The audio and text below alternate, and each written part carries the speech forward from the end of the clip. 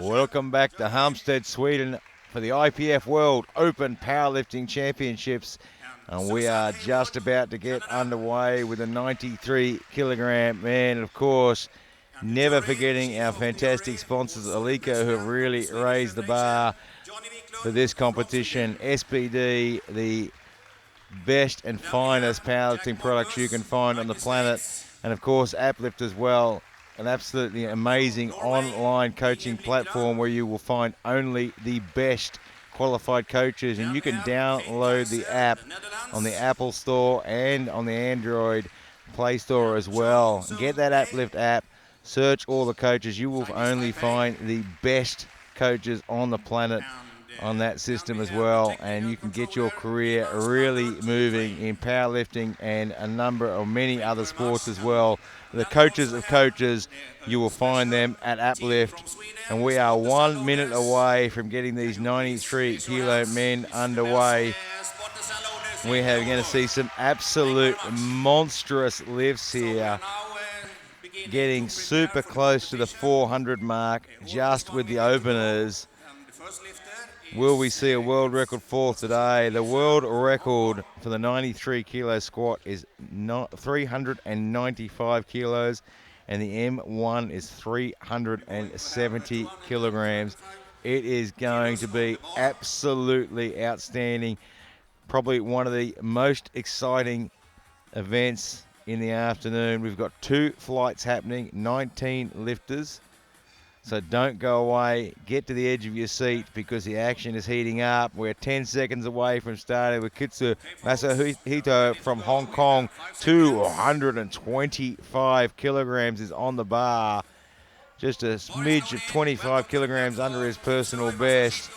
40 years of age, a Masters lifter, and he is going to open up this session with 225 kilograms.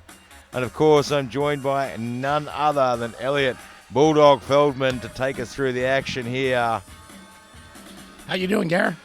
It's been a long and exciting day, and the action just keeps getting better. I think it's going to be more and more exciting. Every session we say it doesn't get better than this, and then every session gets better, and this one is no exception. I mean, in the last one, Larissa Solovyova, 691 Wilks, which is by formula. It takes in weight, sex, and weight lifted.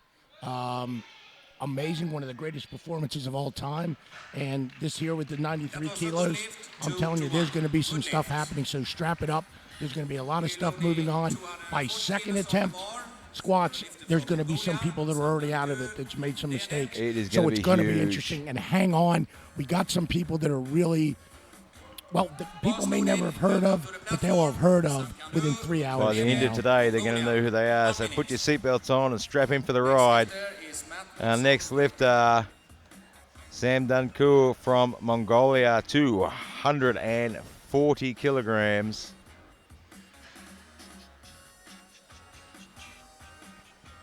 If you're watching this at home, you might recognize the Uplift logo there. Right in the middle of the squat bar. They came on board as a major sponsor at Calgary this year.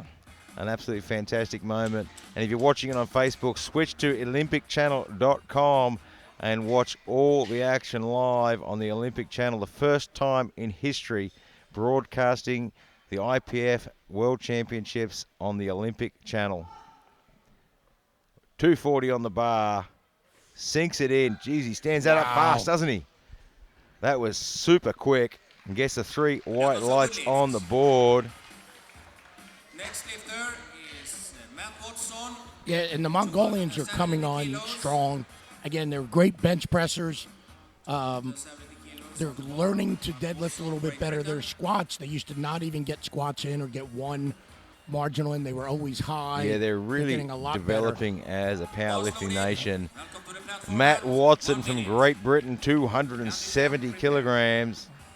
Yeah, and last year at the Asian Powerlifting Championships, Sendemku hit 300 kilos, so he's got a lot in there. There he goes.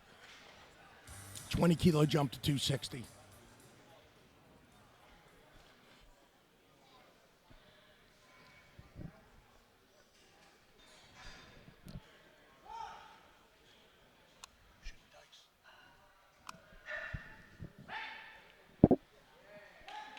There's plenty of room to move in that tank. That He was a gets good the lift. 270 on the bar with 3 white lights. Andy Champ from Great Britain as well, 275. Champ, Great Britain. And these spotters and loaders are going to have a tough job today. There is going to be a lot of weight for them to throw around. Someone is going to have to buy them a good quality Swedish beer after this. Man, they are going to be tired. Followed it.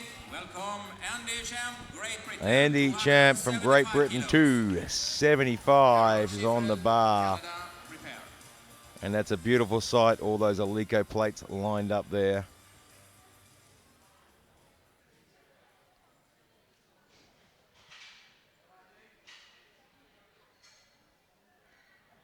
Dragging that bar into his back as tight as he can get it.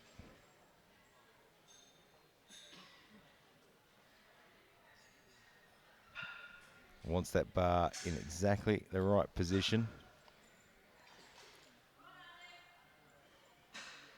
He's struggling a little bit getting his balance with the walkout there. Wasn't overly confident. Not good. Yeah, now.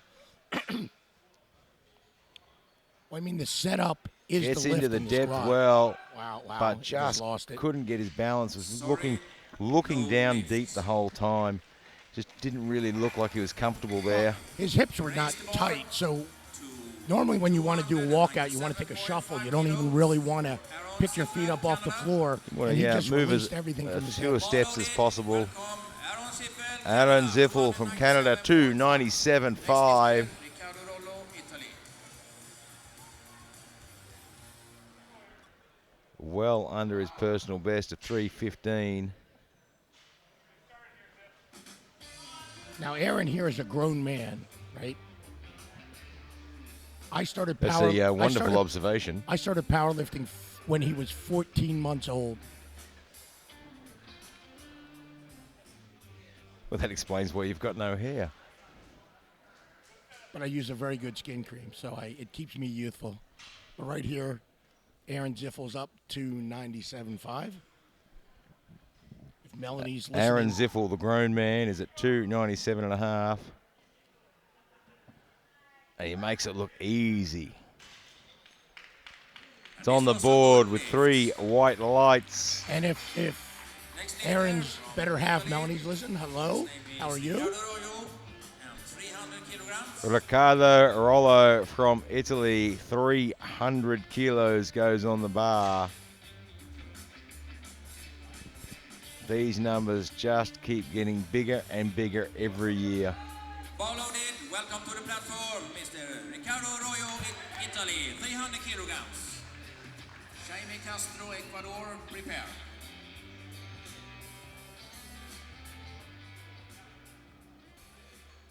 And I'll tell you, you know there's a lot of weight on the bar when an Alico bar starts to flex a little bit. They are the strongest things on the planet.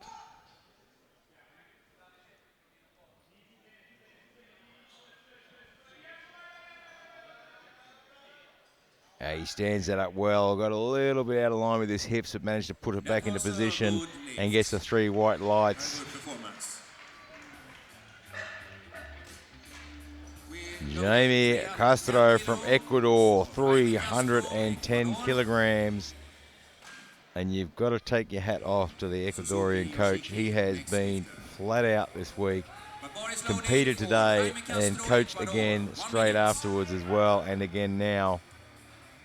310 on the bar.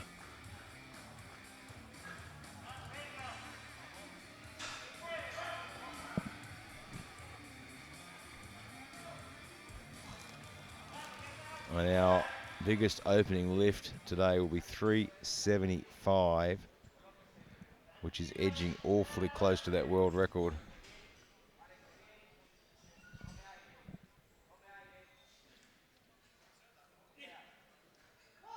Gets the squat call. Sinks it in, gets a little bit off balance, but managed to regather somehow and gets the 3 white lights. There was a moment there, just a little bit of nerves. My heart raced a little bit just as he hit the hole. Have a look at the replay here. We'll see just as he hits the hole, he gets a little bit out of balance. but somehow managed to regain that. Yoshiki Suzuki from Japan, 320 kilograms. You had said before that the world record in the squat is 395. That is an open world record. It's the world standard. So when we switched weight classes, we just figured out what the world record should be about. All that it has to do is tie that record, 395. And that gets him the world record. Normally, if it had been set by somebody, by an individual lifter, 395 would have to be bested by 395.5. Here, Rishchev only has to go 395, essentially tie the standard to establish the record. It's not really setting as much as establishing. Well, here comes Suzuki from Japan with 320 on the bar.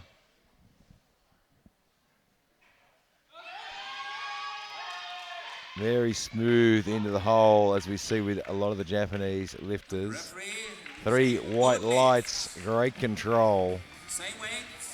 Looked very tough for an opener. I mean, it didn't. I won't say it looked heavy, but it looked tough. Anthony Casano from Italy, 320 kilograms as well. Now, do you see what happened? And we're going to watch this on his second attempt. He's getting back on his heels a little bit, right? The bar, he's not in the right position. His toes are coming up. Watch possibly if he does the same thing, a stumble on that. The bar got behind onto his heels. As that weight goes up, it's going to be a lot harder to control any little errors. So that's why that looks so difficult. He was trying to balance himself as he was doing that, regaining his balance. So Anthony Cusano's up now. 320 on the bar.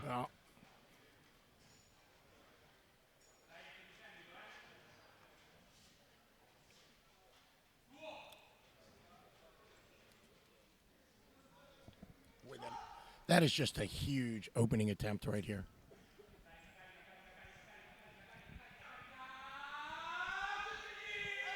Taking his time down the bottom. A little bit of a stumble at the top. Doesn't look like he was able to regain his balance. And he will not get a lift on that one. That is a no lift. Now, the coach is talking to the jury, just wants to know what for. He can't contest it. It's 3 red lights. But he just wants to understand what exactly went wrong. And you can see what happened. You can see as he stands at the top, he steps back and can't balance. So he didn't return to that start position. Right, and that's the same thing we were talking about with Suzuki. That, you know, it's that loss of balance. That was exactly the same thing. And again, with inexperienced lifters, and generally A group are going to be less experienced, not as strong, but less experienced. They're not really sitting back into that suit, and they're trying to rock back to get the depth instead of sitting into the suit. Yeah, we talk about that all the time with the squat. You really need to sit back into it, almost like reaching out for a stool. Sam Dunku from Mongolia, 260 kilograms at 1,000,000 miles an hour. Man. I think a good lift is an understatement. That thing flew up. Wow. Andy Champ from Great Britain, 275. You know what that looked like going from that 240 to 260? How good that looked? It's like you're dating the girl next door and you're going to take her to the prom and you come down and pick her up and she looks like a supermodel. That's what that 260 was. Andy Champ from Great Britain, 275. And we missed this on his opening attempt. Just really struggled to get the balance walking out. Yeah, and Cusano from Italy missed that 320, took that step, went up 330. So what I was saying about not being able to sit down in the suit, maybe that 10 kilos will help him to be able to maintain his balance. It might just help him sit back a little bit more and use the suit properly. Well, let's see how Andy goes. Look at those knees flare on him. That is beautiful. And again, he's still losing balance, and you can see his technique there. He has, you know, there's always a lot of discussion amongst coaches about looking up, looking forward. He said to Aaron, he can't get down. He's not getting down. And his head is in a really deep position. Now, the head being in a deep position as he comes up also pushes him forward as well. I do not like head down. There are some very successful, a handful of very successful squatters who do that. There but is again, a handful, you know. But again, but- that's and exception, not the rule. technique for the individual. But you can see at the moment with him that head down position is really forcing him forward as well. Right now we've got Matt Watson from Great Britain at 280. Yeah, I mean, if you want to be a footballer, right? You don't start out trying to be Alan Best, right? Or I always appreciate your analogies, Elliot. And I apologise to our audience. If you don't understand his analogies, neither do we. And Matt Watson stands that one up.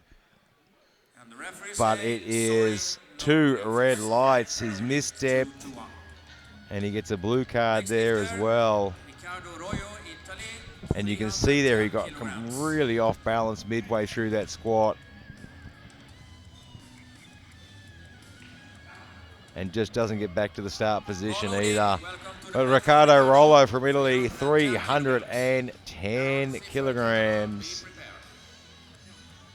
So he's 10 kilos under his personal best.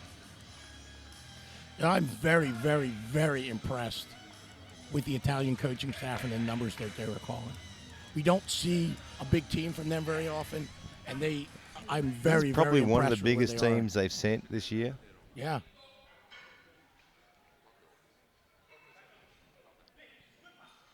$310 on the bar.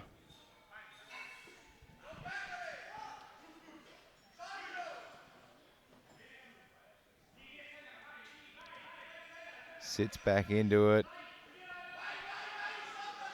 Gets that chest up, hips through. Gets back to the top, and he gets the white lights. And he gets 3 Alico waffles for his work. Aaron Ziffel from Canada, 312.5 kilograms. You know, it's interesting when they told us, the representative from Alico told us that they were going to, thought to bring the original waffle iron here, but that it has been stolen in the past. A little bit worried it might go missing. Who steals a waffle iron? I would never steal an Alico waffle iron. Aaron Ziffel from Canada, 312.5 kilograms. I bet you on this squat, Ziffel won't waffle.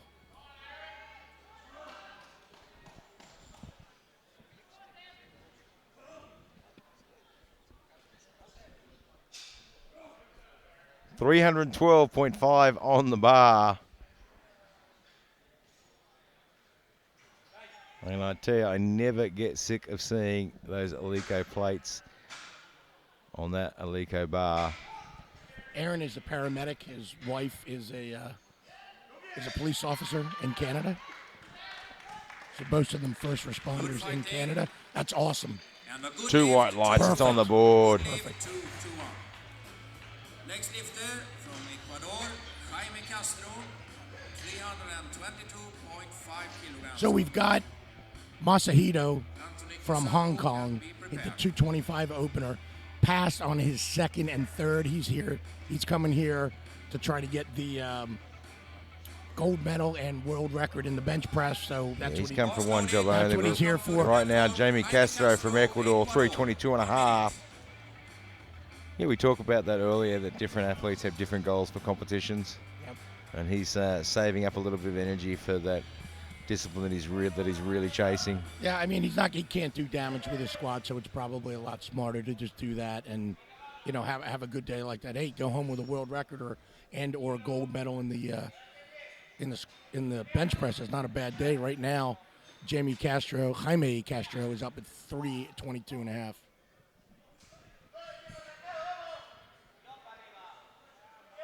Plenty of speed through that one. Arriba Jaime. And not deep enough, though. Just pulling up a little bit high. Just wondering if the coach is going to talk to the jury, and he is. All right, so this Cusano on his 320 lost his balance. What I had said is I didn't think he could get low enough. I said is I didn't think he could get low enough to because of the suit. So they put 330 on there, gave him another 10 kilos or 22 pounds. We'll see if he'll get down. All right, well, let's have a look.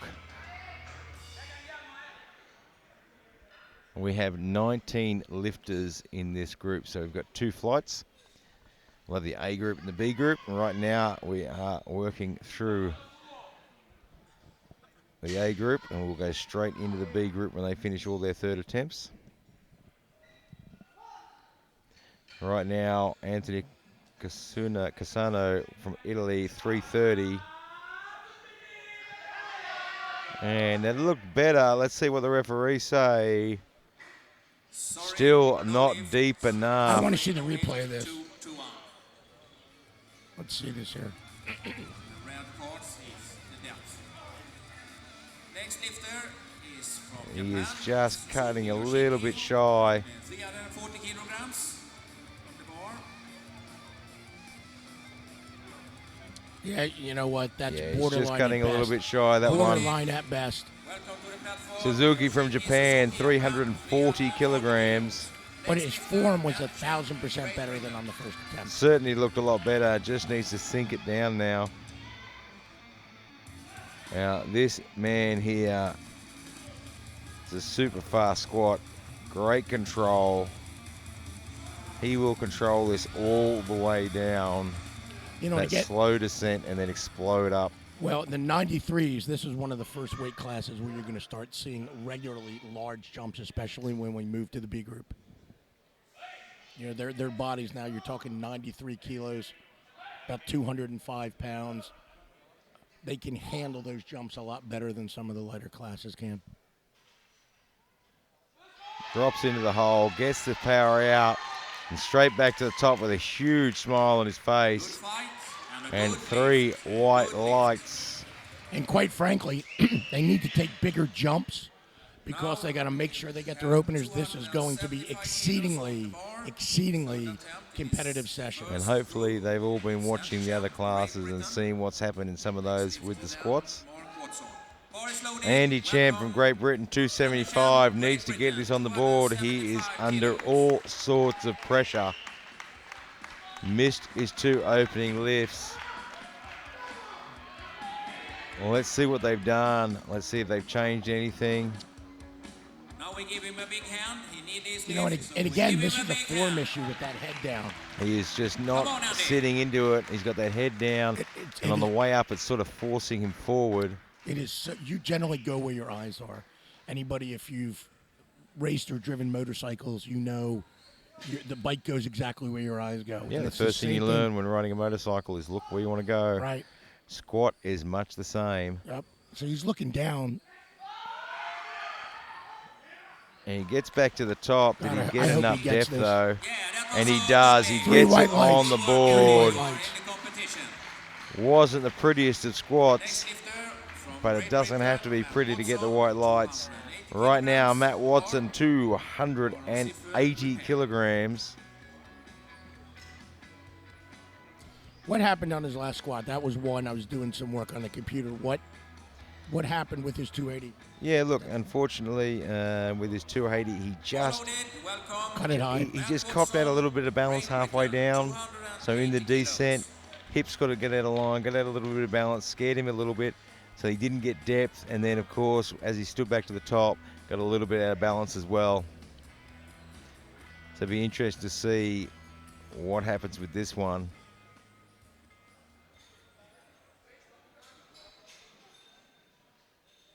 And when you're carrying this much weight on your back, you get a little bit out of line on the way down. It's very hard to rectify that.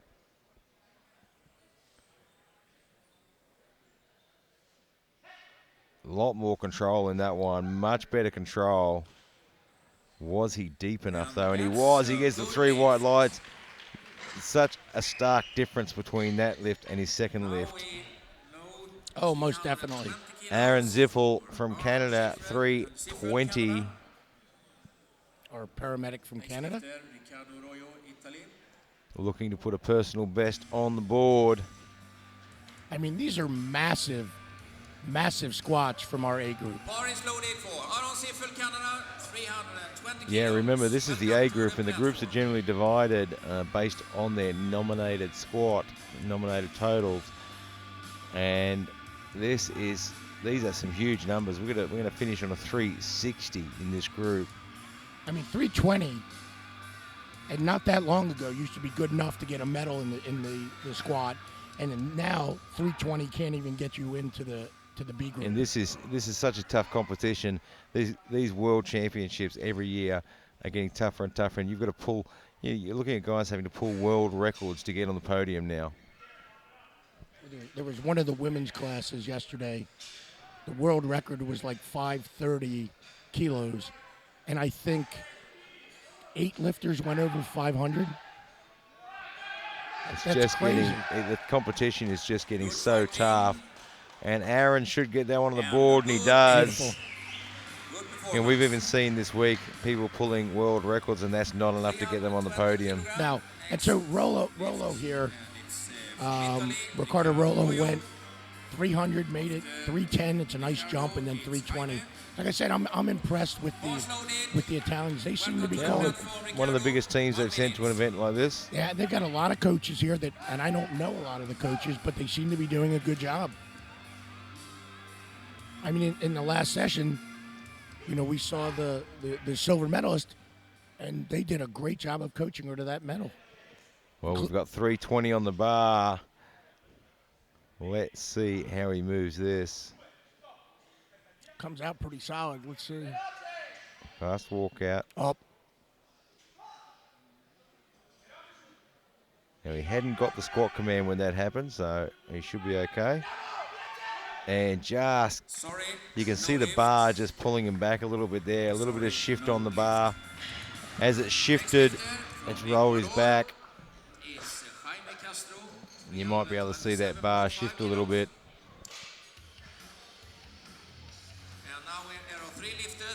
And his elbow is just allowing it to come over.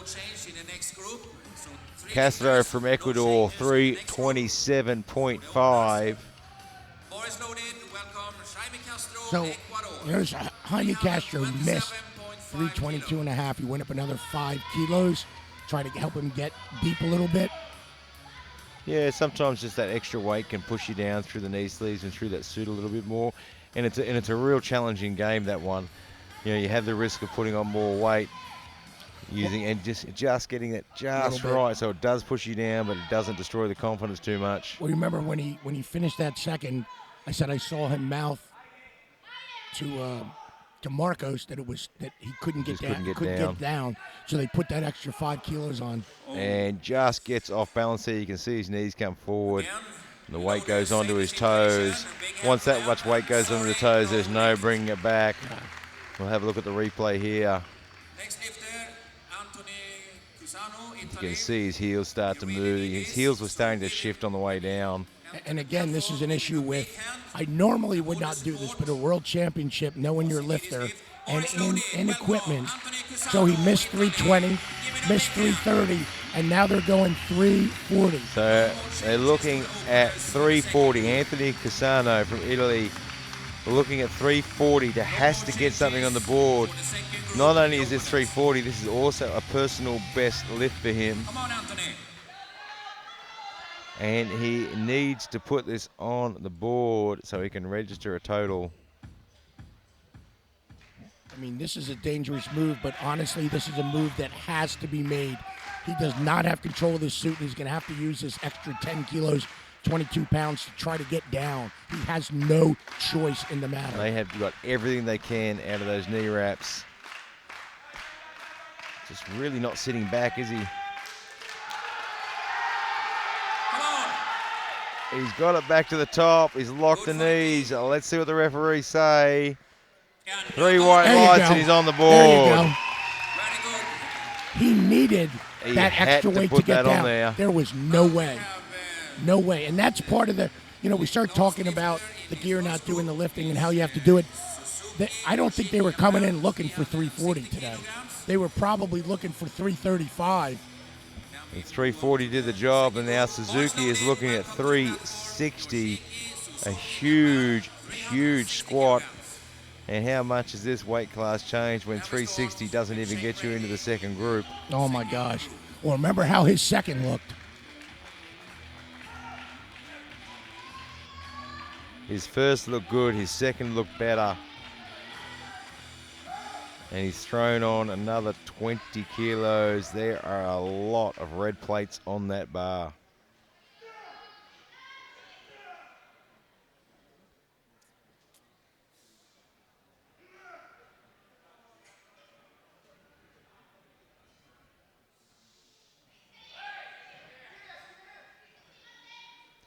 And by the way he's walking out, it looks like this is the first time he's felt 360 on his back. God, his hips out of line there. You can see his hips get out of line and a shift backwards there. And that was the moment you sort of knew this probably wasn't going to happen. You have a look at the replay, you'll see his hips just pop backwards. Now, we're moving into Group B. And right there, you can see his body shift. But he did a great job. And yes, Group B with Shane Brady to start off with 320. Now, folks, here's something. We're always talking about building a total, taking big jumps, making attempts, getting the highest lift in, but going with less weight to get there. Shane Brady, Dr. Shane Brady, coached by Dr. Larry Maley. Hello, doctor. Well, hello, doctor. Doctor. Is there a doctor in the house? We'll show you how to get there. They're going to open at 320. 320. Smashes this, and then watch where it goes. Well, here he goes at 320. Now, Shane's had some issues over time, over his career. I've seen him since he was his collegiate days. Depth sometimes can be an issue. But I've seen training videos. I've talked to him a lot. He's been smashing these weights. So let's see where this goes. Wow, he's fast into the hole, isn't he? That looked deep enough from where we're sitting, and it was with 3 white lights to go on the board. Remember we talked about starting at the beginning of the pack. Your second attempt, you move to the middle, and your third, you move down to the bottom, because as the weight goes up, 2 things again, you're actually lifting less total weight, and you're getting more rest time as your attempts get heavier. So watch that. Watch All that. right, let's have a look and see where he goes. So 325 on the bar for Nikolai Slitnes from Norway.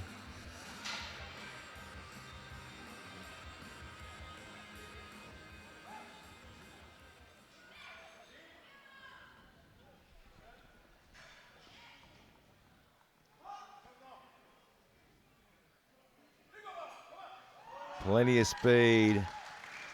Handles 325 like a champion and gets the 3 white lights.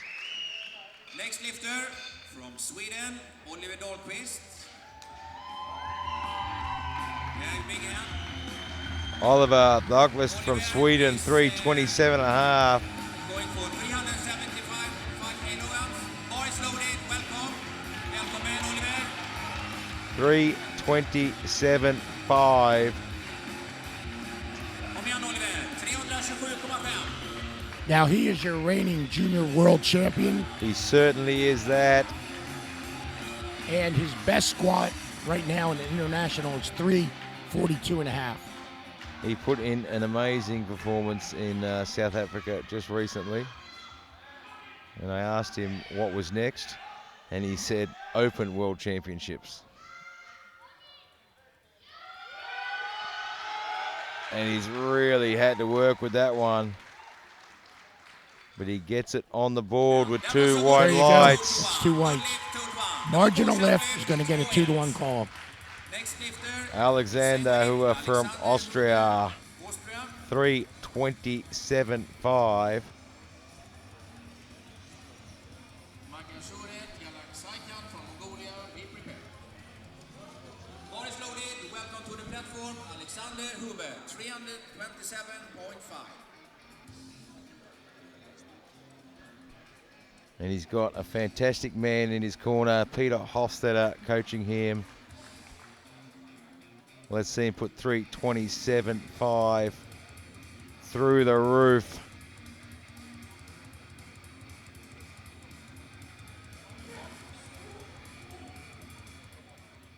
When you're surrounded by great people, it makes it a lot easier to do great things.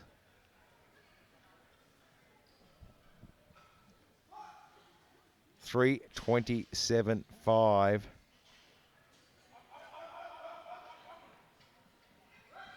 Good fighting. And the referee say that was a good lift, good start. Next lifter, Magmasuren from Mongolia, 330 kilograms. You know, we were talking about the Mongolian lifters getting better and better and better and better. This is one of the guys right here. Magmasuren is strong enough to win a world championship. He's just got to put it all together and start making attempts and then continue on with the training. But the first time I saw him at the world championships, you've just got to get them on the board, haven't you? First time I saw him was 2014, and really just... And that was very quick. If you blinked, you missed it. And it's 3 white lights. Now you hear me snickering. The reason I'm snickering, that was 330. Smoked, looked like an opener. Could have hit it for 3. Yeah. 4 years ago, probably could have ripped that one out. At his first Open Worlds, he took 300 and took him 3 attempts to even get it. It wasn't even close on the other 2. That's how far he's come. Right now, David Coimbra from Brazil, 347.5. Welcome to the platform. You probably heard me talking about Uplift earlier and all the great coaches. We just saw Peter Hofstetter coaching there. You can find him on Uplift as well. That's how good the coaches are. 347.5, David Coimbra from Brazil. We're going to know a lot about David Coimbra based on this opening attempt at 347. He's going to tell us a lot about the day he has. He's been a world champion. You know, his best squat ever is 360. Let's see what he does with this 347.5. Well, he took it out for breakfast. Like I said. And that is on the board for a super quick lift. Dmitry Inzakin from Russia, 355 on the bar.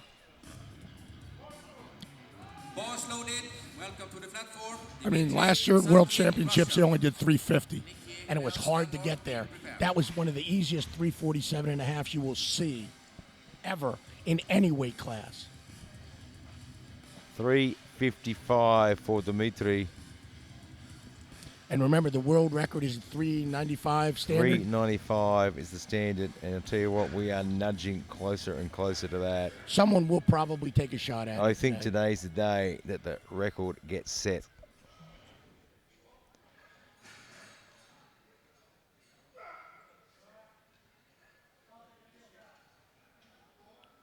Now, this is a man who is built to squat.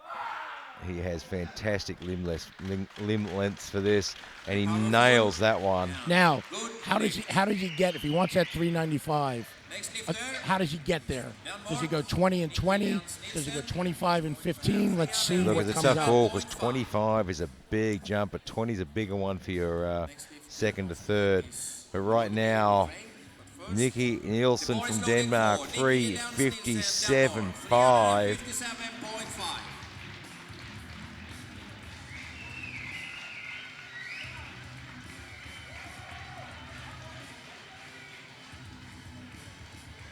I like to give a big shout out here. I mean, I'm good with the stats and I know what's going on, but allpowerlifting.com, Petro Pete. He's was on the Russian team for years, has been Masters World Champion, living in the U.S. now. It's a fantastic website, full of database. I had the pleasure of meeting him in Calgary this year. Such a nice guy. Did he win the championship there in Calgary? I think he may have. All right. Anyway, Nielsen's up now. We'll look it up in all powerlifting. 357 and yeah, we'll look it up on his own website. Just coming forward on those knees a bit, but it doesn't seem to bother him. This is just 357.5 goes on the board. Now, Volodymyr from the Ukraine, 375 on the bar to open. Rishev, this is a monstrous Wasn't that opening long ago attempt. that if you squatted 375, it was a clear gold medal in the squat. Now it's just an opener. His best previous lift, 367.5. I remember in this class when the world record was an 800, and it wasn't that long ago. And now look where it is. Now 800 doesn't even put you into the B group. 800 pounds doesn't even put, yeah. Isn't that crazy? Look at that picture right there.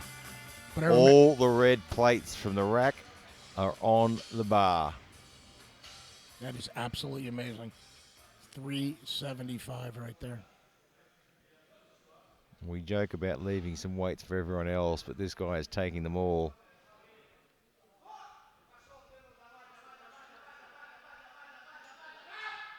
Oh, wow. That didn't even look like 375. It's on the board with 2 white lights. Folks. How is that 375? Everyone who is in contention here has made their opening attempt squats. This is what you want to see, and we're into the second round now with Shane Brady looking at 332.5 from the US of A. These second attempts here are where some people are already going to fall out of it because it's so tight, so many great athletes that one misstep here can hurt. So let's see, Shane Brady here went from 320 to 322.5 based on what he did on that 332.5. I'm willing to bet this based on the 320 is going to fly. And we were talking about how do you get to where you want to go.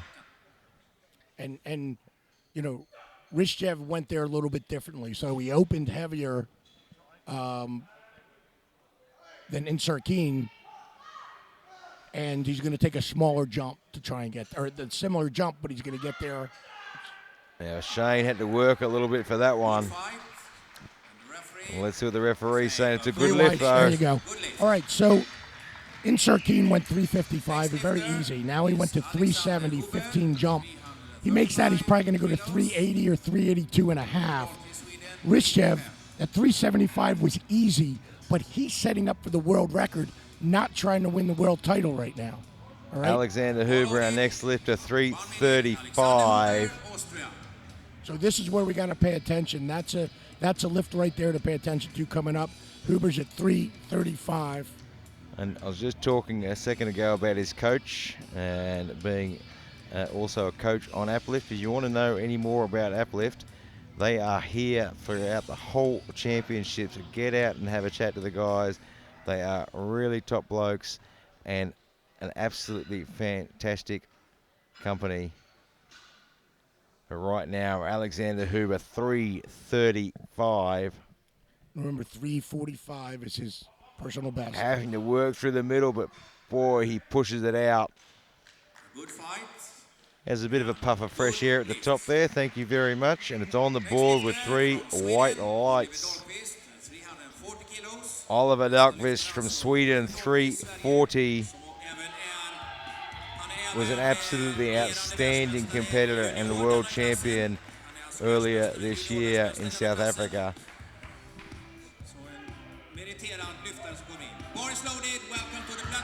Great to see him here at the Open World Championships. 340 on the bar. So what Dahlqvist is doing here, he's going at 340. His personal best is 342.5. We haven't today talked about bracketing, but talked about bracketing your attempts. So you kind of want to put your PB in the middle of between your second and your third, you know, especially for somebody who's as physically mature as he is at this point. His walkout actually looked a lot better on this one than it did on the first. Yeah, he just cut that a little bit shy and didn't get the bounce out of the bottom. They'll be fixing that for the next lift, though. I mean, that wasn't a huge jump. He was going 12.5 kilos. It's a perfect attempt there. Yeah, look, his nervous system is fired up and ready for it now. I dare say he'll get that on his third. Nikolai Sleipnes from Norway, 340 kilograms. Followed it for Nikolai Sleipnes Slepnes, Norway. Dead on his 340 personal best. So, Nikolai Slepnes from Norway. You know, in the 340 last kilos. session, Lena Jorgensen, you know, I went to talk to her afterwards. She and I are friends, and said you look great except for that one attempt deadlift when you almost passed out. And she said I went blind, I could not see, and that's why she turned to the back spotter and was kind of like, help me. So for an instant she was there, and she's fine now. She's in a good mood. I got to meet her parents. It's really kind of cool. So right now went 325, nice again, 15 kilo, 33-pound jump to 340 kilos. Look how stable the Norwegians are. Oh boy, looks like he cut that. He's having to work. He hasn't gone down super deep and not gotten much bounce out of that. He had to little work excited. for it. Three But he whites got on that. further Let's see enough, that. though. I'm honestly shocked that that's not a 2-to-1 either way. Well, let's have a look. We get the replay. Weight 347.5. Yeah, we haven't really got the greatest angle to see that one from. But he had to work hard. That's going to take it out of him later today for sure. No, generally, I mean, it's a borderline lift from looking at it. We're not saying good or bad. Yagmasaran from Mongolia, 347.5. Yeah, but generally, borderline's going to get one Yeah, either quite way. often it's borderline. And as we always say, we have a very different angle. We get a replay in slow motion. The referees have a better angle than we do, and they don't get the advantage of a replay. Yep. 347.5 comes up pretty easily, Now, where does he go with that? and it's on the board. Powerful. Good There's lift. not a whole lot of room left there. I mean, he's far off his PB. Lifter, 365 And kilograms. David Coimbra for 365. And these last 4 squats here, you know, these are some of the guys we have to watch coming into here. Coimbra, Insarkin, and Rishev 1 minute. are 3 of the guys we got to watch. Brazil, 365 kilos. Can he put a personal best on his resume for his second lift? And now Coimbra is as good a deadlifter as Insarkin and Rishev, but cannot bench with them. He needs to go 3 for 3 in the squat. He needs to go 3 for 3 in the deadlift. And Rishev and Insarkin forced him to make some mistakes here on their second attempts. He hits his lifts, he can be champion again. Gets a good bounce out of the bottom. That looked quicker than his first one. And 365 goes on the board. So there you go. He is the coach of the Brazilian team. And with that one, with that squat, it's obviously a physician heal thyself. You know, he is showing exactly, demonstrating what he is trying to get his charges to do. He looks absolutely perfect. I haven't seen him look this good in years. He's had some health issues. He's ready to go now. But here is Insarkin going from 355 kilos to 370.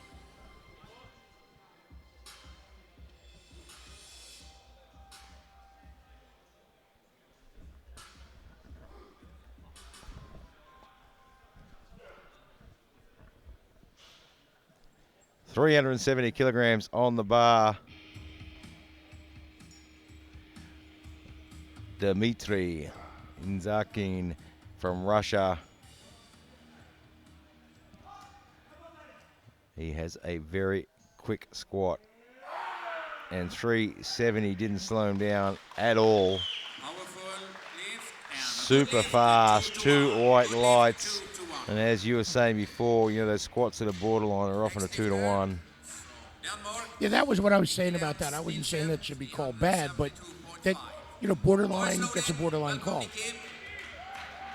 Nicky Lentz Nilsson from Denmark, 372 and a half. Be prepared. These are big, big squats. This is the 5 kilo PB for him, but he looked good on that opening attempt. I think 372 and a half is well within reach.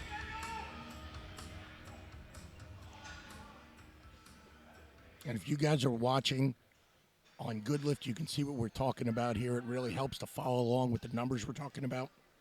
Just a little bit of an awkward walk out there. He's regained his balance though. Gets good momentum out of the bottom. Wow. Great work there. 2-1, it's on the board, and he's pretty happy about that. That is amazing. Last lifter in this second Vladimir Orosiev from the Ukraine. Ukraine, 390 kilograms. So he opened at 375, Bounce press. going to 390, and then I imagine he'll be looking to set For the bounce press, we have a that 12 world minutes record. break. But we have a lot of, It'll be interesting if he goes for the 395 or he tries to go a little bit more than the standard. 1 minute, 390 kilos. 390 on the bar. The second attempt with Bradley Shea.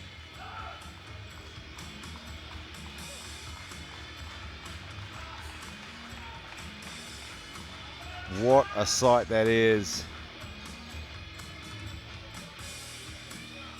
That is an Alico photo opportunity right there. That's a few many waffle irons on there. That should get me a waffle iron.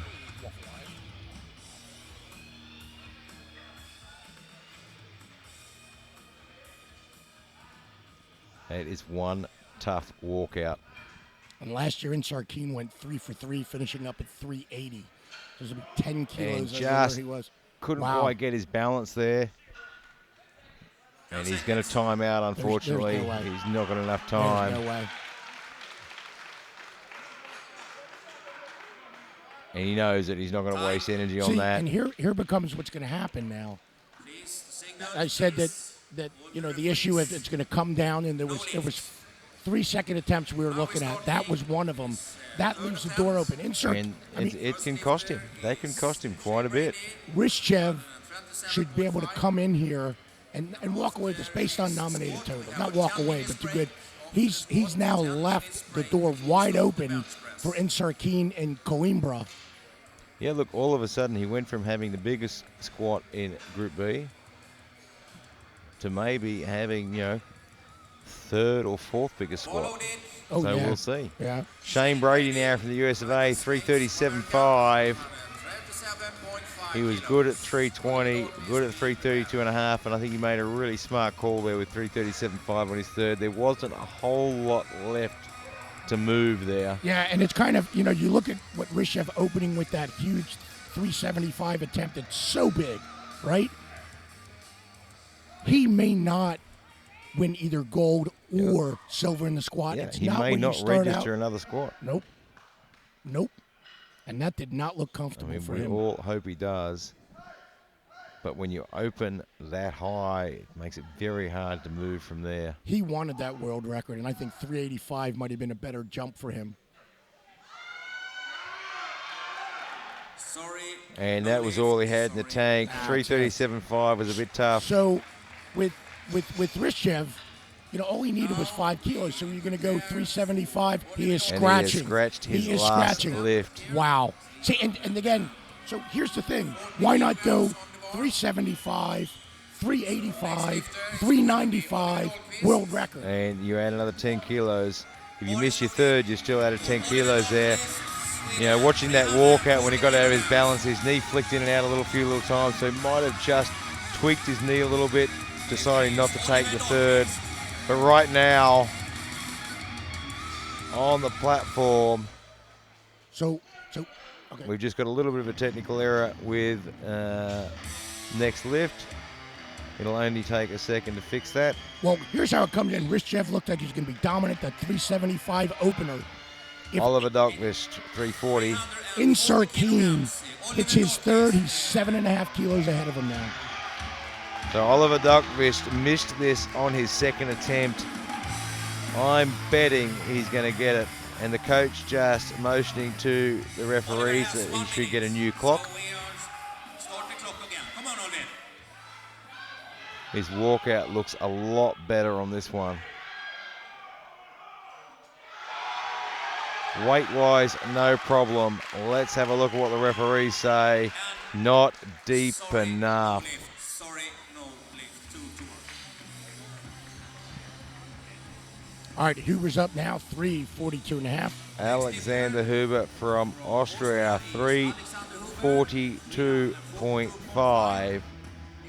Sletnes, be prepared. just a smidge under his personal best at 3:45.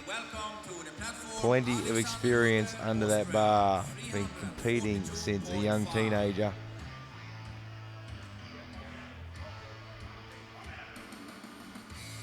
$3:42.5. Richiev apparently did not scratch. He has taken that Might have just 390. been an error of Somebody entry. made an error, yep. So it's a 390. Oliver Dahlqvist has a good lift. A good lift. There you go.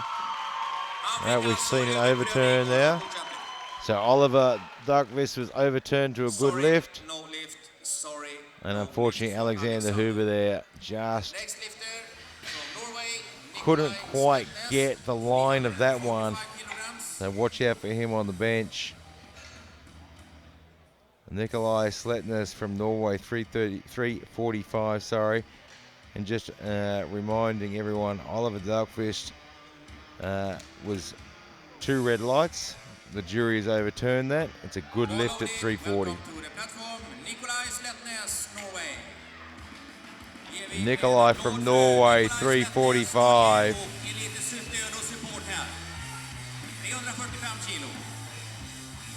Can he add a personal best to his resume today?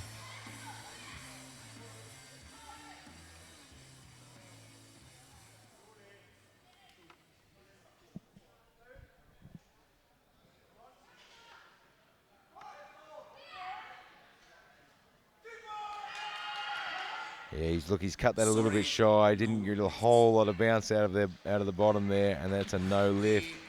And this is where we see so many doors open and close, these third lifts.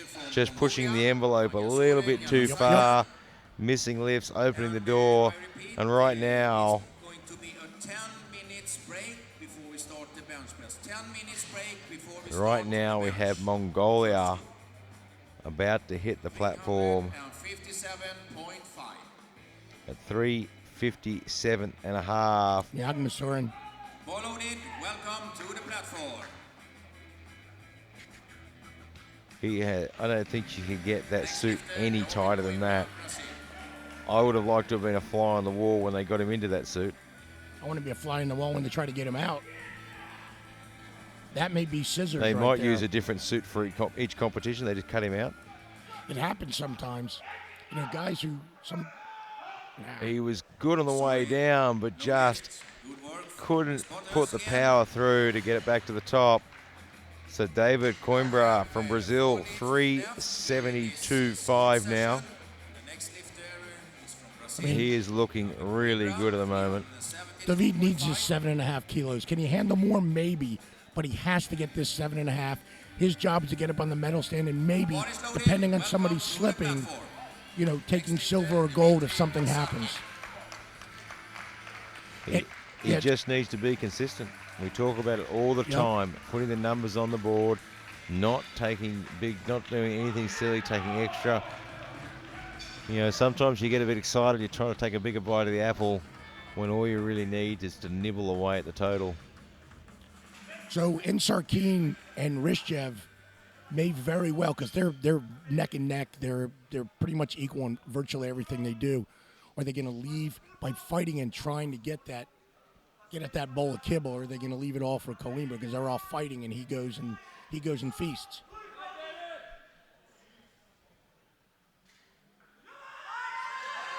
It was quick. He is looking the best he has ever looked. 3 white lights, and he's happy with that. Dmitry Inzarkin from Russia, 382.5. When I said we'll know with him on the opening attempt squat, he smoked 372.5. Right now has the silver medal in the squat. His best ever was 345 at the EPFs last year. And here comes Dmitry for a personal best. Oh, sorry.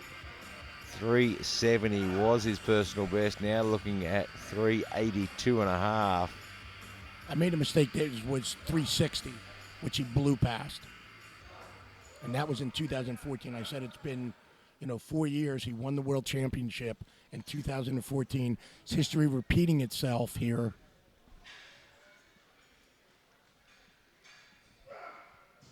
but Insert Key needs this 12.5 to stave off both Coimbra and also lean on Rishchev. Had to muscle it up, but he got to the Wow. top, and he gets the white lights. Wow. He needed it. He got it.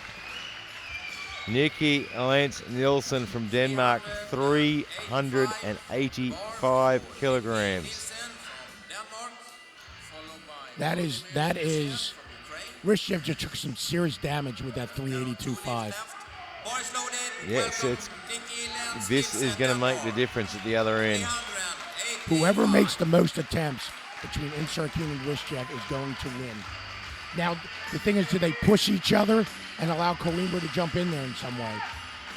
Well, and I think that's what he's waiting for, just playing his game, waiting to see if anyone makes an error. Because if something crazy needs to be pulled on the other end, Coimbra's a guy that can do it. Yeah, look, and a really smart lifter lifts to his limits and waits until that last lift.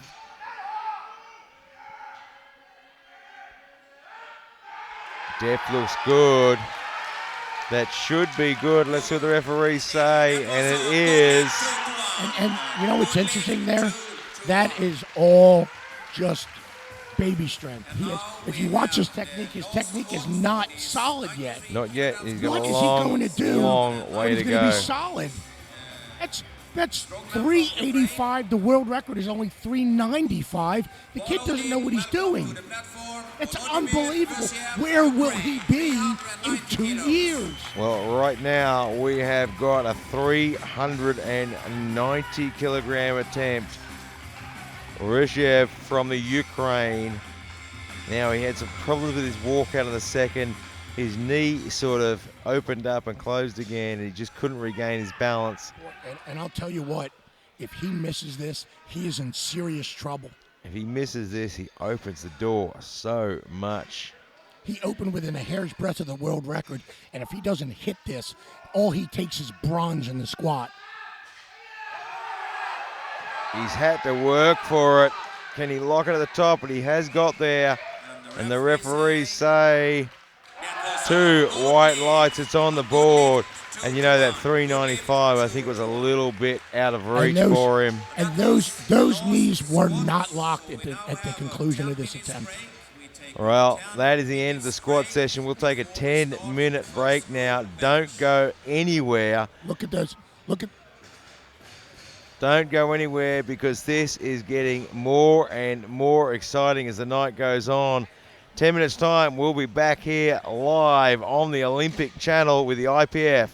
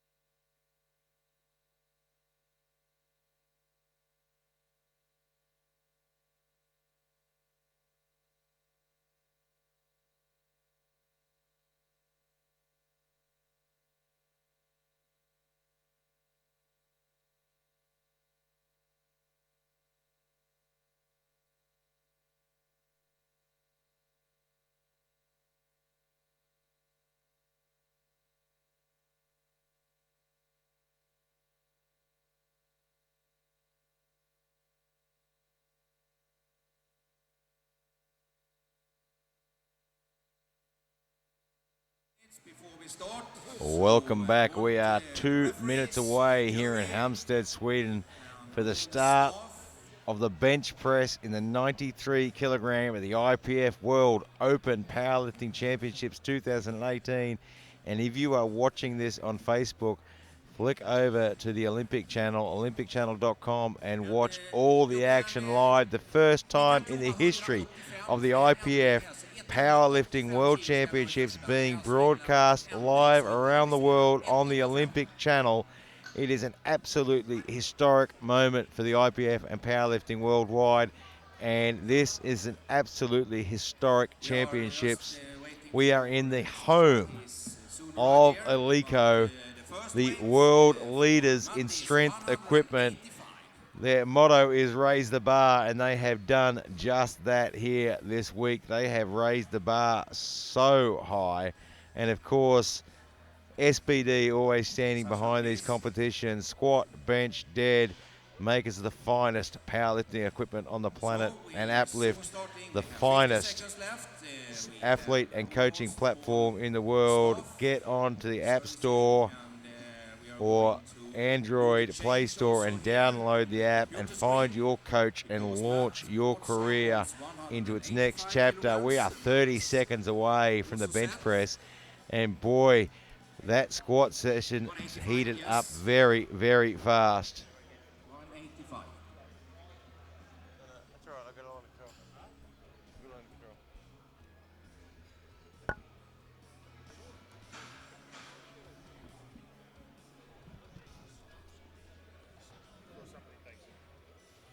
Matt Watson's getting ready, coached by Dean Bowring.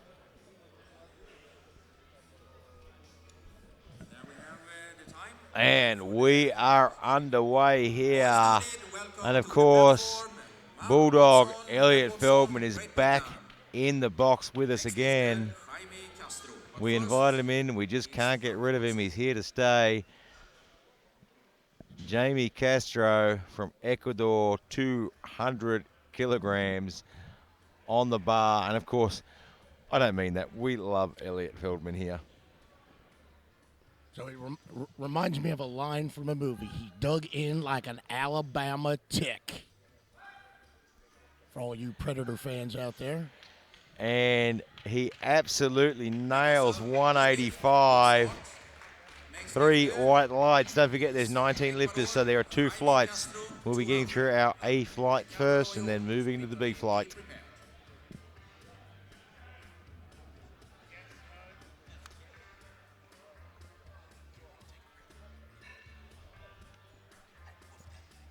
$200 kilograms on the bar for Jamie Castro.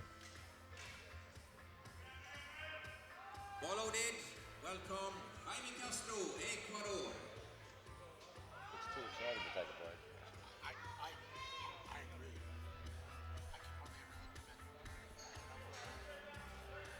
200 kilograms on the bar.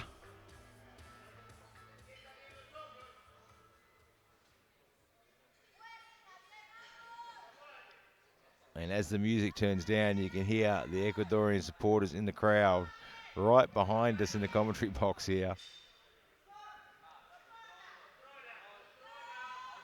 Has to work through that shirt. Boy, he gets the power off the chest, though. And he puts it on the board. Riccardo Rollo from Italy, 210 kilograms.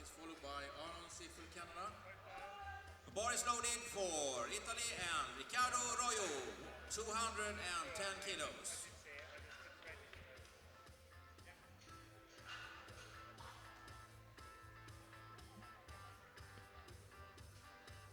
Got plenty of tightness out of that shirt. And you thought the squats were good. The bench press is going to be just as exciting as the monster lifts coming.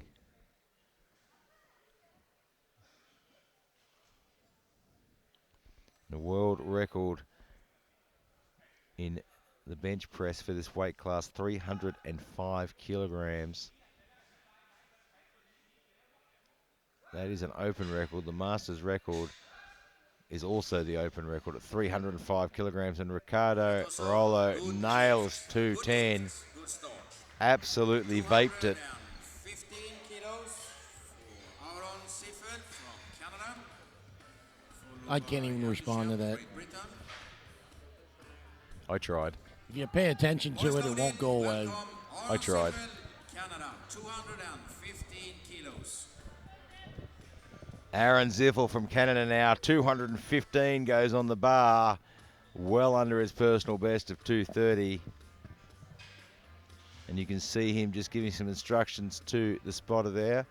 I think precisely where he wants it lifted off or how he wants it lifted off. And you'll see some of the athletes will walk up to the spotter on every lift to remind them.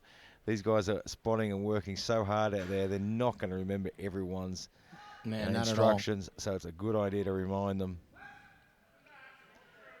Made that look very, very easy. That's a casual day at the office, that one. That's an easy opener right there for Ziffel. Andy Champ from Great Britain, 227 and a half. 27.5, and his name is Andy Champ. And the bar is loaded. Welcome to the platform, Andy. 1 minute. So how many countries did you go through to get here, drive through? Well, I'm really lucky. I came from Belarus, so we fly from Minsk to Amsterdam, Amsterdam to Copenhagen, and then we bust it and trained it the rest of the way. Beautiful. So I'm really one of the lucky ones. It only takes me about 3.5, 4 hours of flying. 227.5.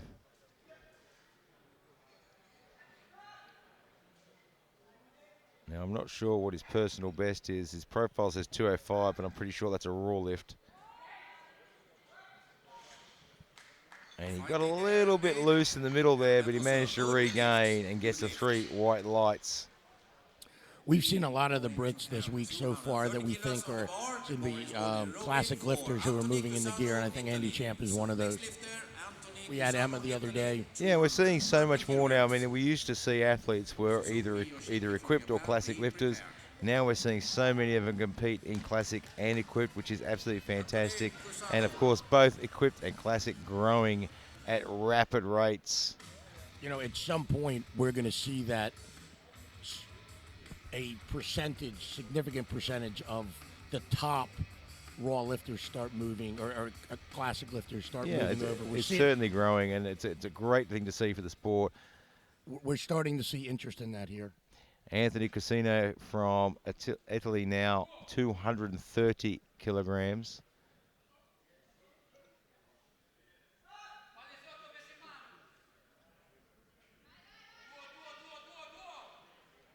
Gets it to his chest, drives it fast off his chest. That should be a good lift, and it is. Yeah, every competition I always ask the IPF president, Mr. Gaston Parage, how many countries we have as members of the IPF. So I will ask him again this week, but it's well over 100 countries, 100 nations now. I think we're pushing up on almost 120 right now. Darn close. Yeah, it's absolutely fantastic. It's growing rapidly. And the sport itself is growing rapidly as well. And to be listed as one of our nations, you have to be actively running a federation. You have to actively be sending teams. You have to pay the various fees every year that you have to do your anti-doping, other stuff. So when we're counting 120, it's not somebody who just sent in an application and they're there. There is a huge process to go through in a probationary period. It takes probably 3 to 5 years after application to become an actual federation. Yeah, it's certainly not an easy thing. Their constitution has to be written correctly and checked. Suzuki from Japan with 235 and just rolls it up. Just a cruisy day at the office. Stands up casually. Thank you very much. I'll have that one. Sam Danku from Mongolia. 255 goes on the bar. Boss loaded, welcome to the platform. Munkadene, Samdaku, Mongolia. Next lifter from Hong Kong, Masashito Kitsui, be prepared. 255 kilograms. And the Mongolian lifters traditionally are good benchers.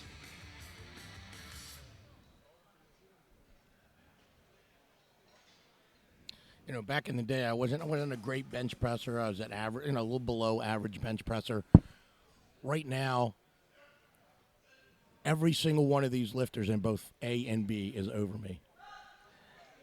Yeah, I'm afraid I'd have to agree. Those days have gone. It's amazing, especially where the bench press has gone. Some of it is the equipment, but a real good portion of it is the technique and the training. And he just struggled to lock that out on the left side there and couldn't quite get it back to the top. Masahito from Hong Kong, 267.5.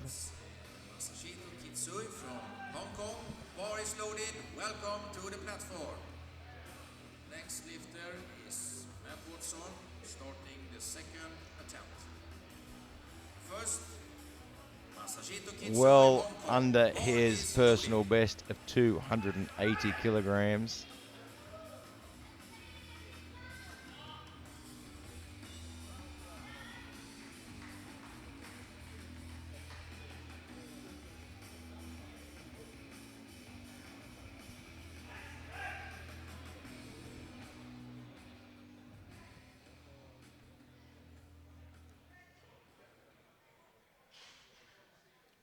$267.5, and so far only one missed opening lift in the bench press.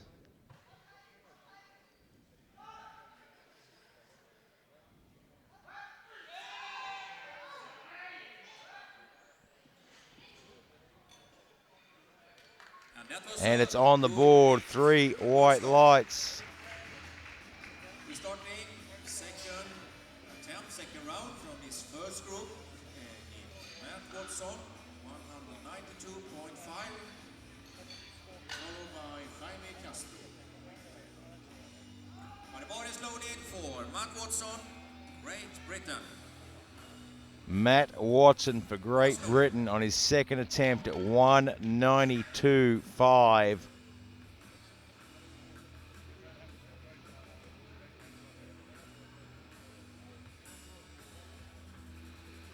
You can see some slight sleeve adjustment since his first lift in this one. A little bit of, and you can just sort of see it in the shoulders. If we get a front angle on this, we'll see how tight that is across his chest as he brings the bar down. He's getting called to re-rack. He still has 20 seconds left. 15 seconds. And then one of the great things I love about powerlifting is when the referees tell you to re-rack, they tell you why. So there's no trying to guess what you've done wrong. They tell you why. Some of the refs, you'll even see them actually get up, walk over to the athlete and tell him what he needs to fix. Struggling on that right side, but he gets it to the top, and he might have just jumped the rack call there. Couldn't hold it straight. And 3 red lights. Having to re-rack really taxes the nervous system. Jaime Castro from Ecuador, 210 kilograms. And he's followed by Ricardo from Italy. Bar is loaded. Welcome, Jaime Castro, 210 kilos. Vamos, Jaime. Jaime setting up.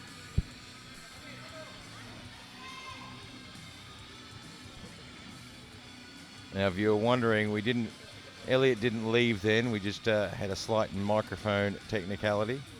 He's still here. He's still with us. With the action heating up here, I don't think you could get him to leave. No, really, we don't leave. I actually wanted to try to give you a break, Gary, and you said, why did you say you didn't want to leave? Well, my exact words, it's too exciting. I don't want to take a break. We don't want to go. When you hear the excitement in our voice and we're telling you exactly how we're feeling and what's going on here. Yeah, we are some of the luckiest guys in the world. I mean, we get a front row seat for all of these events, and it really is, and you really do. You look forward to coming to these events because you're getting to see the best in the world. Well, guys, folks at home out there, pick your favorite sport. If you could get flown all over the world to watch your favorite sport and have 100,000 people listen to you while you do Talk about your favorite Talk sport. about your sport. You'd have to put your hand up for that, surely. Right. Riccardo Rollo, Italy, 215 kilograms. And if we go out for a stroll while we were doing this, would it be a talk about walkabout? Well, it would have to be a talk about walkabout. Wouldn't it dare? Gets the start command. You can see how much these guys have to work to get it through the shirt. And that was a very smooth lift. And while we're on our walkabout, we might run into an alpaca tracker. There have been sights of an alpaca tracker around Sweden. I did promise there I would try and mention alpaca tracker every session. Followed by Andersham. But the bar is loaded for Aron Stiefel, Canada. It's always interesting to see what some of the athletes write on their profiles. Yeah, exactly. Especially when you go to the junior championships. Right now, Aaron Ziffel from Canada, 225 kilograms. I was announcing at the European Cup in Oshmiany in Belarus earlier this year, and I read a profile, and it says hobbies and interests, and he wrote girls. I can empathize. Aaron Ziffel, 225 kilograms. Great bar path on the way down there. I mean, there are certainly worse vices in the world. Right-hand drive cars, things like that. Next lifter is Well, I'm from Australia and I moved to Belarus, so I had to learn to drive a left-hand drive car on the other side of the road. welcome to the platform, Andersham, Great Britain. The Let's, best, let's just say it didn't bother me, but my wife was very boisterous on the first drive. Andersham. when I was living in Cambodia, driving the right-hand side of the road, like Europe and like North America, but all the cars were from Japan, so they were all right-hand drive. And there's nothing weirder sitting in that, what would be the driver's seat that's the passenger seat, alongside the traffic. Not comfortable. Andy Champ from Great Britain, 235. You know, it's hard to believe with these numbers that this is the A group. Unbelievable.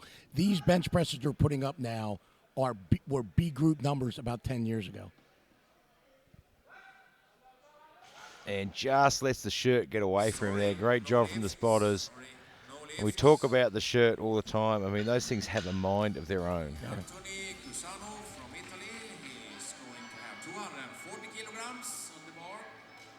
You know, and I never really got to master the last two generations of shirts. 'cause I Yeah, and they got really hurt. are quite different now. I got hurt really before they came in and really affected my bench because of. So And in the last decade, there hasn't been a huge amount of change in the shirt. They're little things now, Right. but the technology and the science that these companies are putting into the development of these shirts is absolutely phenomenal. Anthony Cusano from Italy, 240 kilograms. You can see that is a great shot. You can see just how tight that shirt is and how it's pulling those shoulders forward and that chest together. and guys, watch how tightly when you see those shots of the bar, they hold the bar with their hands.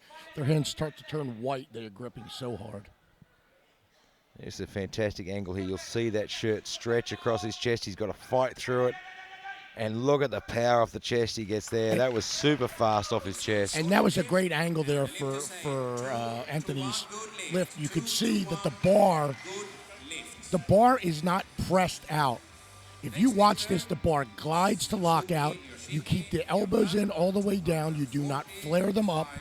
You press, and then you squeeze and pull the bar apart, and That it was glides. a very, very to good lockout. example. And of course, a big thank you to Viva Media for providing such a wonderful angle there.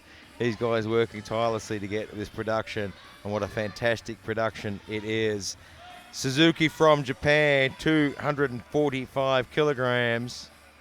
I believe this is the third open I've done with them. I think their first was 2016, I think. Okay. I want to say. So this is my third with them, and I've just seen quantum leaps every year in the technology and in our performance, and in our performances, yours and mine also. So I'm so excited to see where we're going to be in 2 years or 3 years or in 2021. And yeah, look, World Games. I hope we are still here commentating for everyone at home. That was a really great press. Very smooth all the way through. Never really faltered. And he just gets up casually again. Thank you very much. I'll have that one. Sam Dunkur from Mongolia, 255 kilograms. And I still can't believe we're looking at the A group. 255. 562 pounds. Now, he missed this on his opener. And I think you'll see he's probably adjusted a few little things. Moved the suit a little bit. Hey, that shirt definitely looks a lot tighter. I think they've pulled that chest down a little bit. 10 years ago, there were athletes in this. Well, it was the 90 kilos, but essentially the same weight class. 10 years ago, that were squatting maybe not a whole heck of a lot more than some of the people in the A group, and now they're bench pressing in the A group. That looked a lot better, and it is 3 white lights. He'll be happy with that. I mean, Masahito now is going for 275. That's a 606-pound bench press. And up till 10 years ago, this was a squat. This is the A group, and he's only 30 kilos off the world record. Unbelievable. And I know 30 kilos, if you're sitting at home and you're new to equip lifting, and you think 30 kilos on a bench press, that's 5 years of work. 30 kilos on a bench press and equipped. Some guys will open 30 kilos below what they finish on in a bench press with the equipped. So it's not a huge amount. And this is the A group. This is absolutely phenomenal. We said in the past that sometimes we see the medals come out of the A group. And who knows what's going to happen today. I mean, that's what he came here for. Masahito came here to have a big bench press. Obviously, he took his 225 opener squat and passed second and third attempt. He saved his energy for this. Wow. Difficult to see from this angle where that bar went, but let's have a look. It's good enough. It's 2 white lights to go on the board. I don't know where they go from here. They got to adjust that shirt. If they want more, they got to adjust and that's the thing with equipped bit. lifting and the bench press. There's those little extra tweaks you can do to get a little bit more out of it. And we see often guys will miss their first lift and it just looks impossible. They come out on their second attempt and absolutely destroy it. And you're left wondering what happened on the first. And it really is those little adjustments. But right now, Matt Watson from Great Britain, 192.5. He missed this on his second. Let's see if he can get it on his third.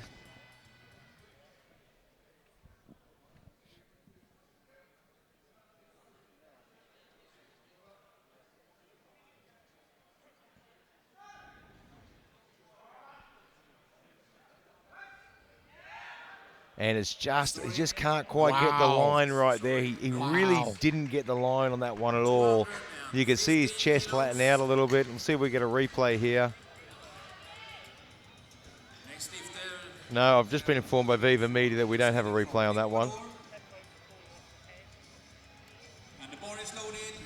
And the bar is loaded for Jaime Castro from Ecuador.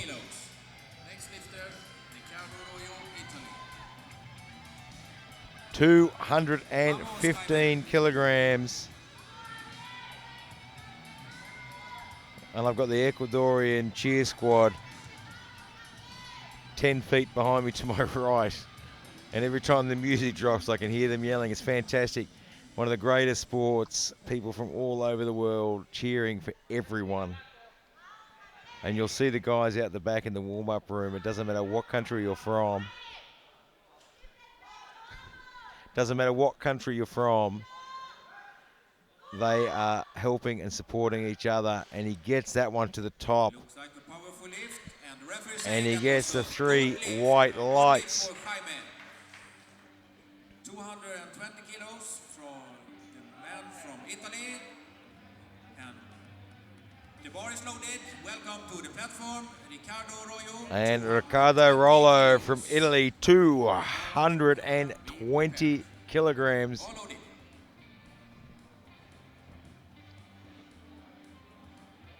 Just 10 kilos shy of his personal best. Now, this is a bit of an example of really being ready when bar loaded is called.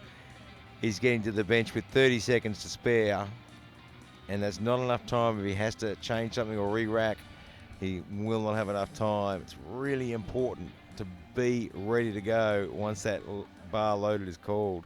I mean, it's even worse having to replace the bar, and the referee calls replace in the bench as opposed to the squat. The squat, you can always rush under and muscle up. With these setups that they have in the bench press, there is no way to hurry up And as you can see, rush it just took him 20 seconds to set up. He's flattening out a little bit in the chest there.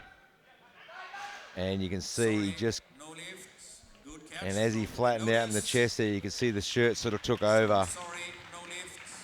A big hand. Well, also, too, again, talking about the bubble, that he flattens out. Let's see what happens here. Take the lift. But he strikes north of the bubble, and it just goes right to his see face. that. You can see his chest move too much. See, well, watch his elbows. See him? And there it goes. Aaron Zippel from Canada, 230 kilograms. 230 kilos. And remember, these are third attempts, so these guys are pushing the envelope as much as they can. If you ever see somebody jump on a trampoline, you're supposed to jump straight up and down. See somebody jump sideways and they get thrown off the trampoline. That's pretty much what happened right there with him. Is that he hit that on the side, he came at an angle, and then that line of force wasn't straight directly down. It was into the side of the bubble. It's going to throw him off just like that. Listen, I'm going to say this, Elliot, in fear of encouraging you, but that was probably your best analogy to date. Wow. You have set a really low bar for me to jump over. Unlike Aliko, who raised the bar and set it high, and unfortunately for Aaron, that's a no lift. Just couldn't quite get control of that. And with my 28-inch inseam, even that low bar may be hard to jump over. The bar is loaded. Welcome to the platform. And Andy Champ from Great Britain, 235. Suzuki Yoshiki, Japan. Can he put this on the board and finish as a champ?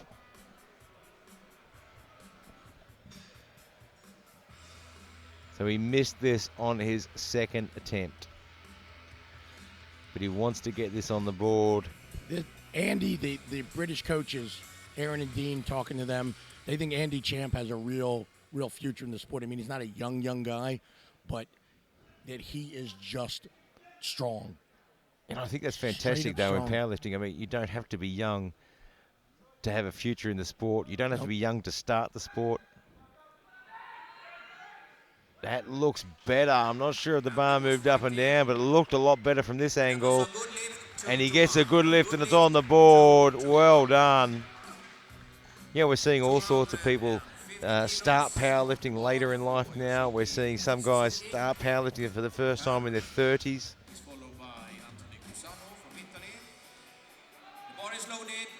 Wow, he had to muscle that one a bit, didn't he? Suzuki from Japan, 250. 150 kilos. Look how much they pulled that shirt down.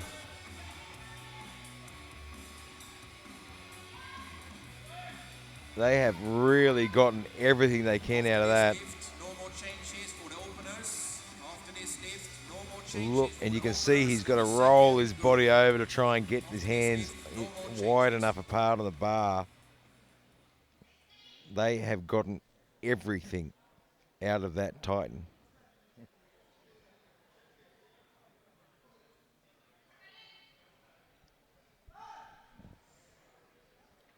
He's really going to have to work it down. Gets it to the chest quickly. Gets the power off. He might get this one through. I think he has. He was fighting.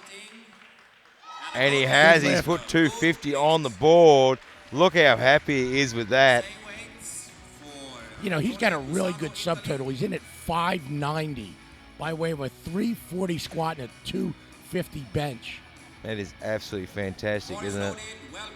And Anthony Cassano from Italy, 250 kilograms.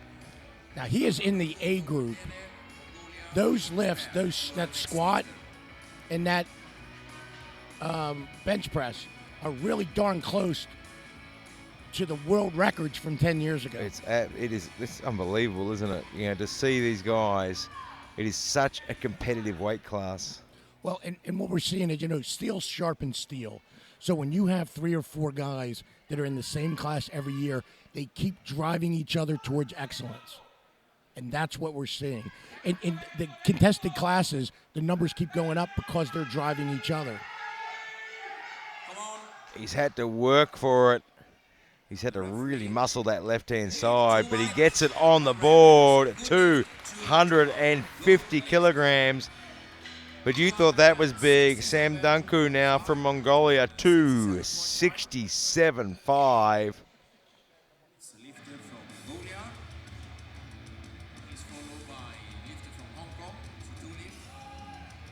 More is loaded. Welcome to the platform. Samadanku. 267.5 on the bar. Kitsui, be ready.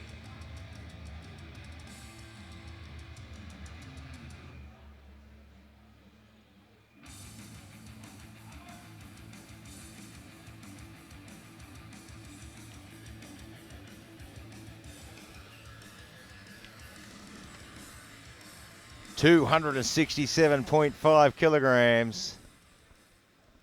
All the way from Mongolia.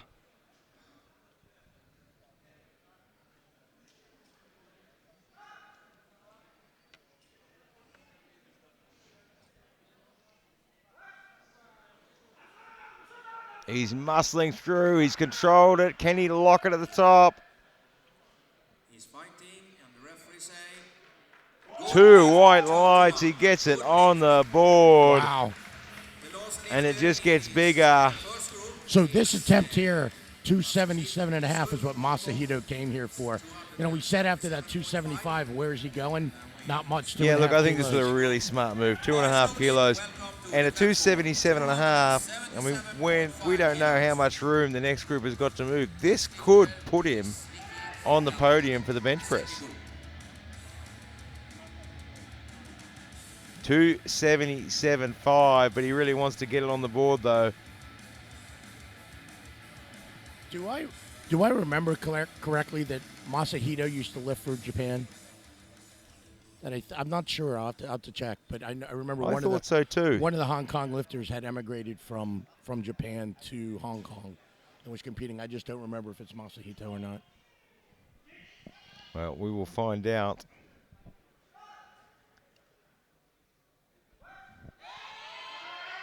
That looked better than his second lift at 275. And it is. It's 3 white lights to put 277.5 on. And it's going to be tight, but you never know. He might just sneak onto the podium in the bench press. And we are going to roll straight into the second group now. Their first lifter, Nikki Lentz Nielsen from Denmark. 220 kilograms on the bar. There is so little separating the bench press between the two groups.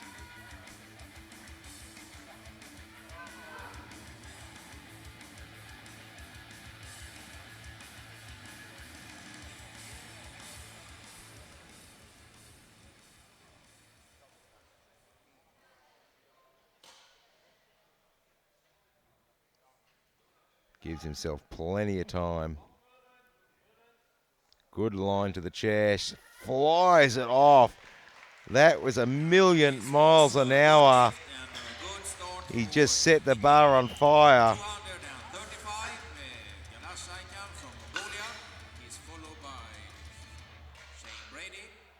Mjagmasteren from Mongolia, 235 kilograms. From Mongolia, Mjagmasteren Galsaikan, 235. 235 kilograms on the bar.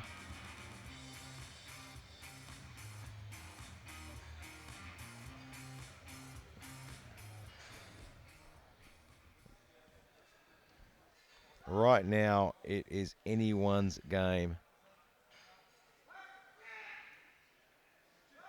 A little bit uneven, but it doesn't have to be straight. This was a good And he gets the 3 white lights. It doesn't have to be a pretty lift to be a good lift. same weight for But he'll want to tighten that up a little bit for his next attempt. You can see his body just shifting around a little bit.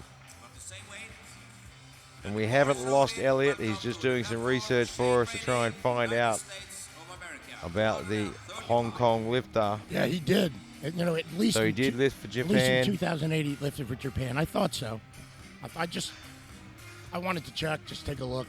Shane Brady from the US of A, 235.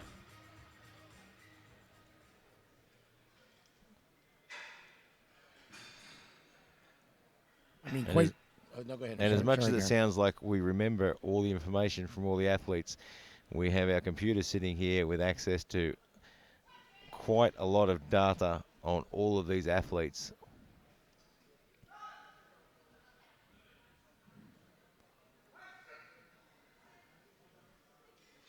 And Shane Brady makes short work of 235. It's on the board with 3 white lights. David Coimbra from Brazil, 240 kilograms. Followed by Sletnes, Norway.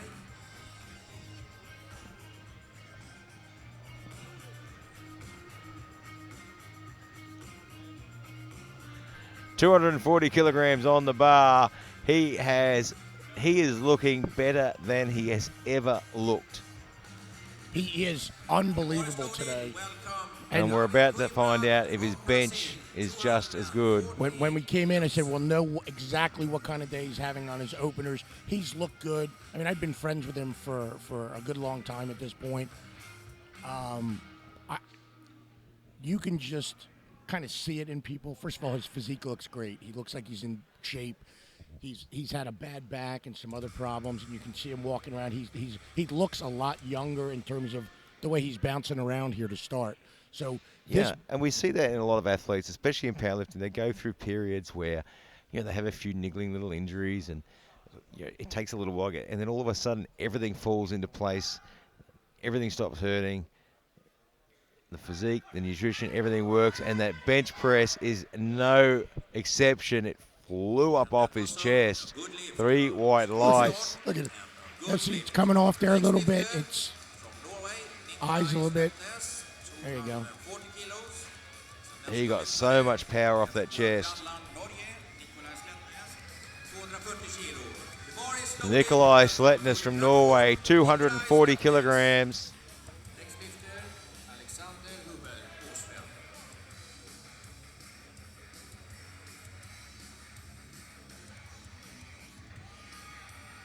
Yeah, I think we're going to see a great day out of. I mean, we've already said that when we started, but Coimbra just is. He just looks. He he's looks himself. He's a brute. He looks in brute. And I'll go a little bit further.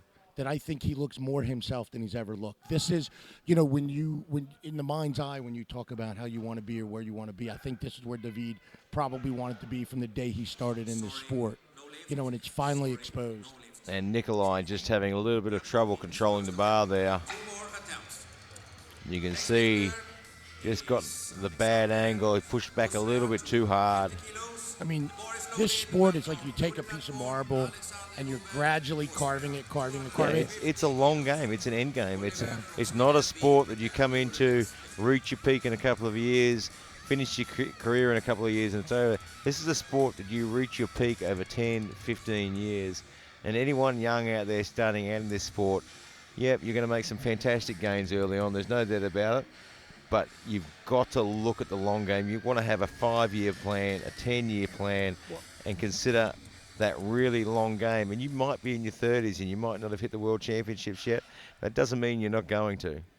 Yeah, and so here with the equipped lifting, or talk about classic, you have people that quite frankly have been in the sport for 2 or maybe 3 years, been in a handful of meets, and are an IPF Open World Champion. It's not because there's no competition. The weights in classic are just ridiculous.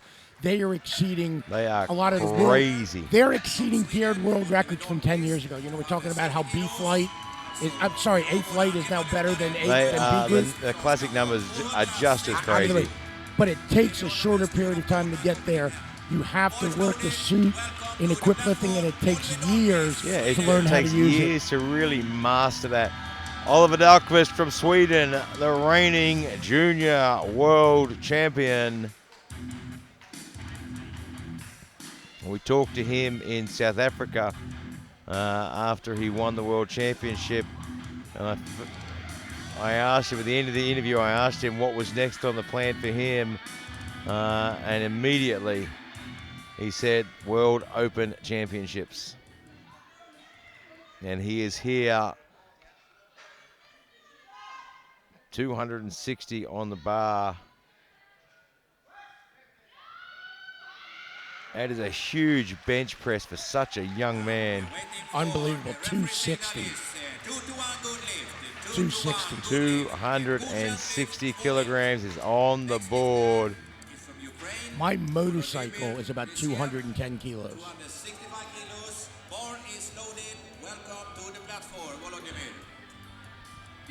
Volodymyr from the Ukraine, 265. It's not a small bike, Gary, by any stretch of the imagination. It's almost 1,000 cc's, but it's like me, small but all engine.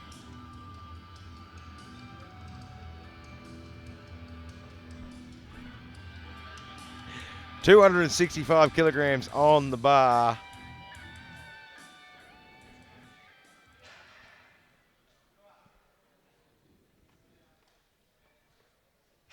You know, Rishchev got that 390 up on the board, opened at 375, took 390 twice. It took an overturn by the jury to give him that 390. And it was a 390 that he really, really needed. That's good right there. That was a good press. 265, it goes on the board. So Dmitry Zakhin from Russia, 270 kilograms. Well, and here's how big that jump from 370 to 295 was for him. Is how many kilos is Rishchev up on Insarkeen if Insarkeen makes this?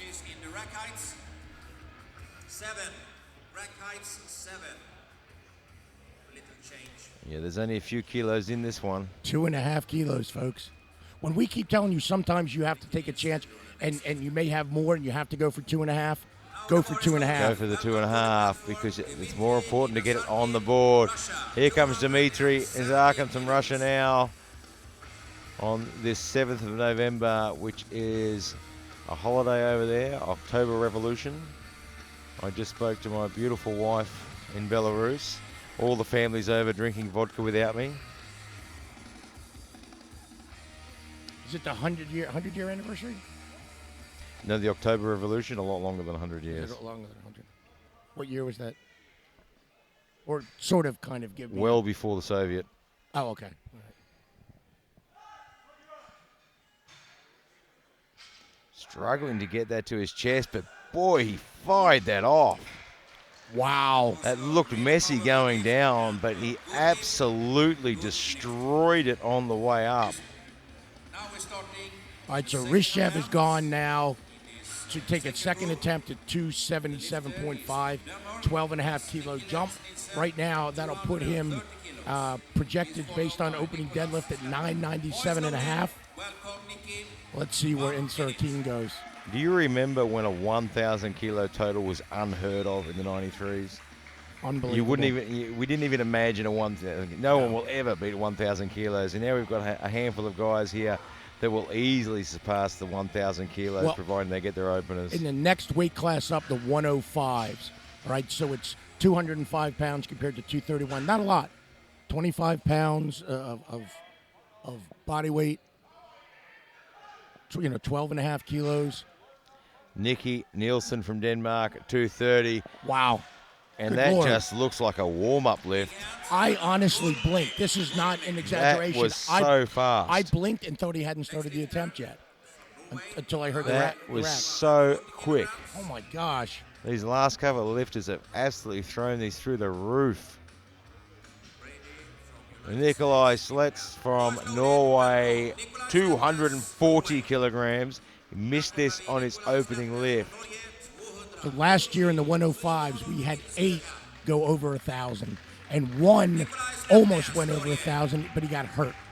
So we would have had 9 over 1,000. This sport is just getting crazy. And again, the gear hasn't really changed. When I say really hasn't changed, the gear hasn't changed. No, you're right. The numbers keep going up. In the last several years, the equipment they're wearing hasn't really changed. There's some minor little modifications that the companies are doing to the shirts and things like that, but in reality, it hasn't changed. 240 on the bar. Yeah, because all this equipment has to be approved. You can't just come up with something and it winds up. That looks so much better. Had control all the way. 3 white lights, and you can see the relief on his face. Shane Brady from the US of A, 242.5. Boys loaded, welcome to the platform, Shane. Galasaikan from Mongolia, be prepared. 242.5 kilograms on the bar for Shane Brady.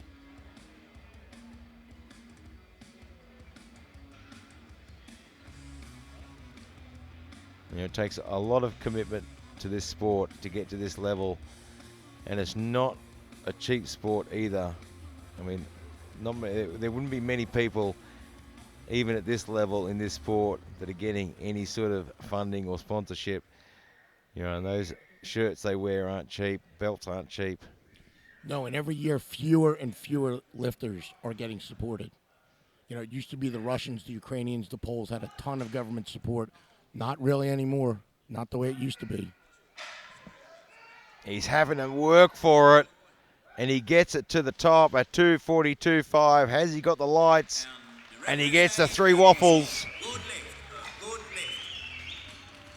Myagmasyan from Mongolia, 245 kilograms.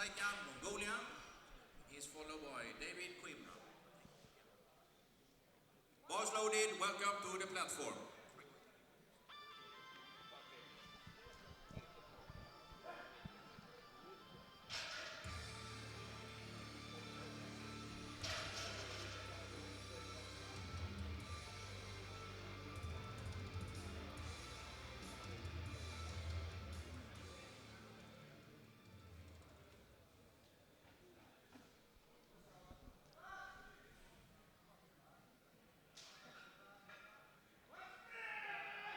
Great speed off the chest, and you know what, that is where the bench press is often won and lost. If you're going to get that bar up, you've got to get the speed off the chest.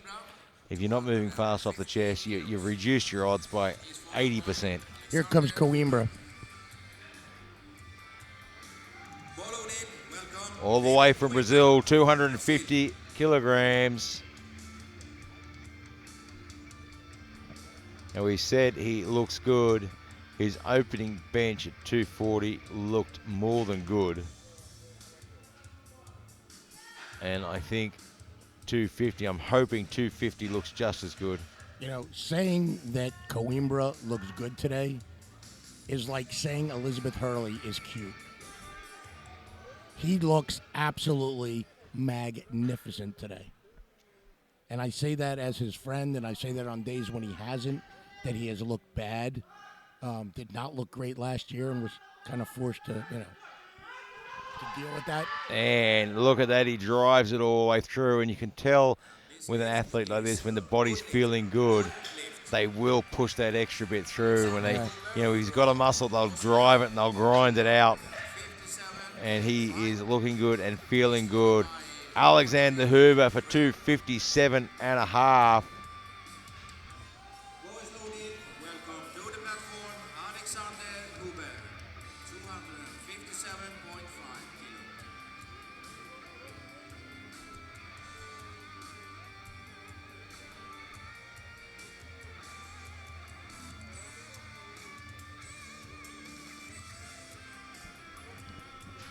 kilo. $257.5 for his second attempt.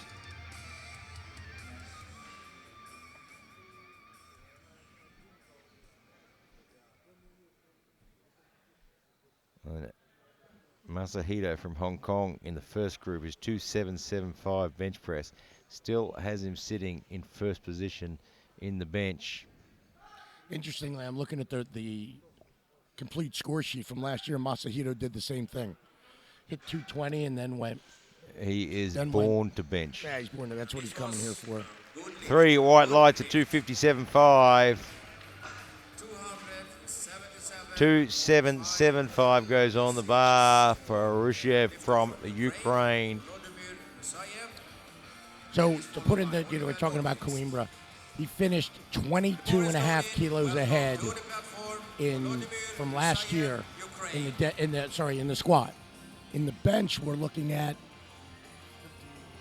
he's already tied his best, and he'll be up 7.5 kilos there. Deadlift, he's got listed as opening at 340. Last year, he finished with 357.5. He has really, really made some big improvements. And that was a rough 357.5. You could see his hips and his back. It was really hard on him blocking it out. The knees were quavering, and it was. We're going to see something a lot more dominant this year. I'm glad to see that he's back to health. 2,775, got good speed, and he absolutely nails it. Should be 3 white lights, and it is. Good lift. Now we have Oliver Dahlqvist, Sweden. Oliver Dahlqvist from Sweden, 282.5. He had a great opening lift at 260. Everything didn't quite go his way on squats, but bench is looking a lot better.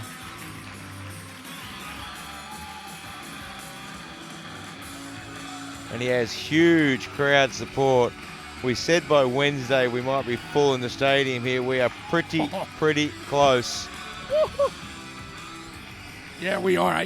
Fortunately, we're facing the stage all the time, but I just turned around to do that, and it's unbelievable. It will be standing room only and that's by the time Saturday comes. Honestly, I don't even know if that's the most packed area. Gets it back to the top. He looks like it's on the board. And it is. And he is over the moon with that. That is just awesome.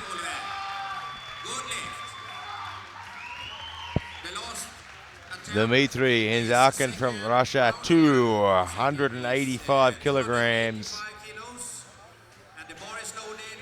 So this will put him in the gold medal position for the bench.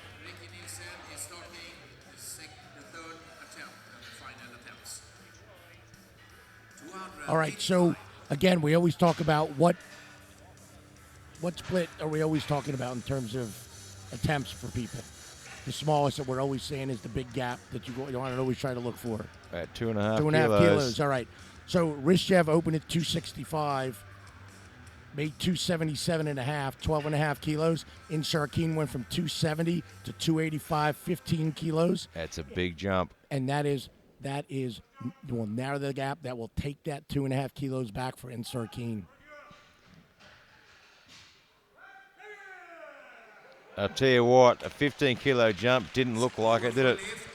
270 to 285, and that was he knew what fast. He was doing.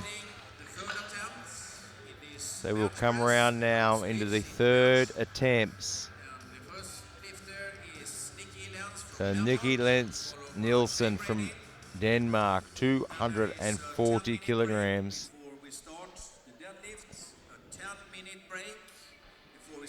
We are going to have, barring some catastrophe, we will more than likely have 3 athletes over 1,000 kilos in the 93s.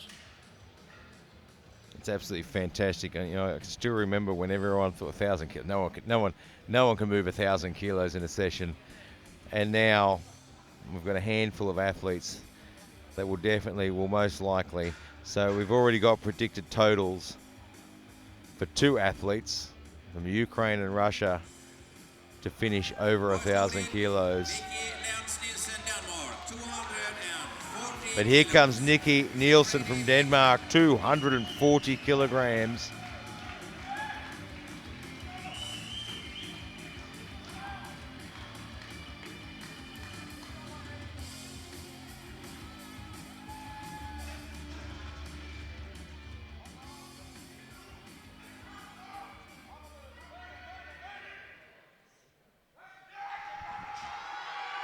He's had to work, but it looks like he's got it all the way there.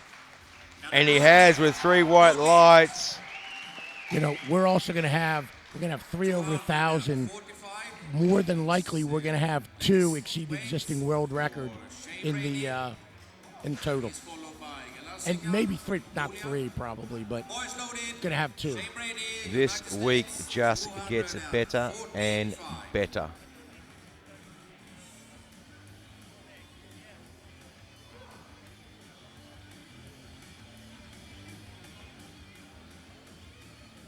Shane Brady from the US of A, 245 kilograms.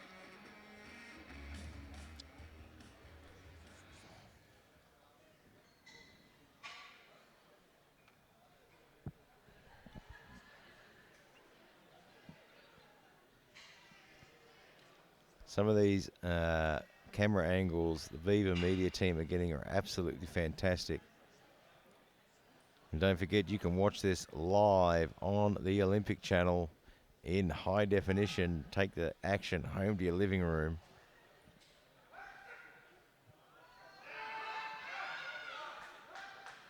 And that should be a good lift. That is 3 white lights right there.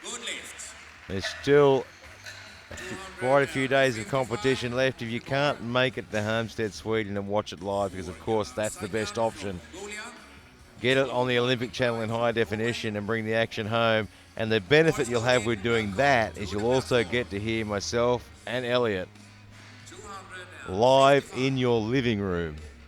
And don't have to look at us either. Thank goodness for you. That is a bonus. My mother always said I had a head for radio. Miag Masterin from Mongolia, 255 kilograms.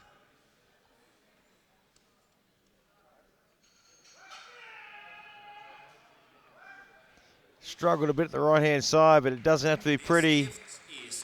It might not be pretty, but it's a good lift with 3 white waffles.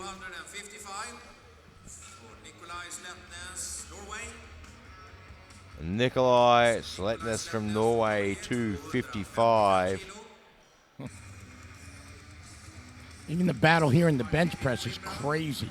The first position is now at 285. Yeah, and look, you can see that Inzakin is putting that 292.5, and that gives him an equal predicted total. Again, matching those 2.5. And these guys are just going to go head to head all the way through. It's going to come down to the last lift for that gold medal. We said during the squats that it was going to come down to that pull. You just keep matching each other and then pull to win. And that's what's going to happen. And that's what Inzakin's done. He knows he has a great bench. And this is what's talking about. There is so many tactics and strategies involved in this.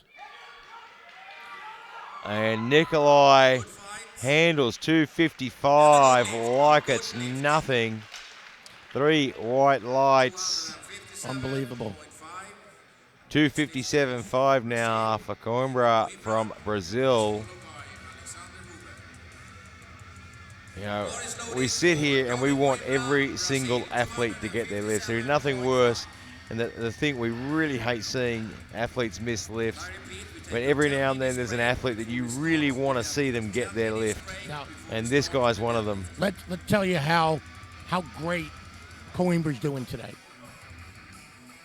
Barring tragedy for Insarkeen and Rishchev in the deadlift, they're going 1 and 2 and they're fighting with each other. So Coimbra's kind of locked into 3. This lift will give him projected after deadlift openers of 970. His next closest competition is at 915. So all he needs to do is his job. That is 55 kilos difference between him and Wow, fourth place. 257 and a half. It What a absolutely set the bar on fire there. I'll tell you, we're talking about looking through the, you look around the corners through the corners when you're riding your motorcycle, right? Where your face goes to that. David loved riding his motorcycle. He gave it up because he thought it was too dangerous. Not that he was going to die or anything, but just fall down, lay the bike over and just hurt something a little bit. He once broke his arm, I think it was, doing it. And that is how much they love the sport. He's giving up something he loves, and that's it. It's like having to give up whatever you love. Give up pizza. If that's your favorite thing or whatever, pasta or steak, having to give that up to be on the assault to try to be a world champion again. Not be a world champion, but be a world champion again. He's willing to give up and sacrifice, and that's what this sport's about. Huber's up now, 265. 265 on the bar.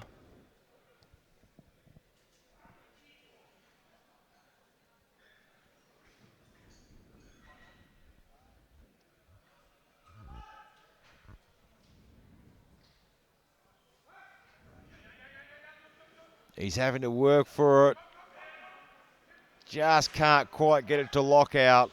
Sorry, no lift, but a good fighting and big hands for Alexander. Good fighting. Now there are 3 more lifts in his bench, and now we are preparing for Ukraine lifting. And depending on the flow of this goes, we've got Richlev and Insarkeen here. And the bar is loaded. Coimbra, who's again having a magnificent day.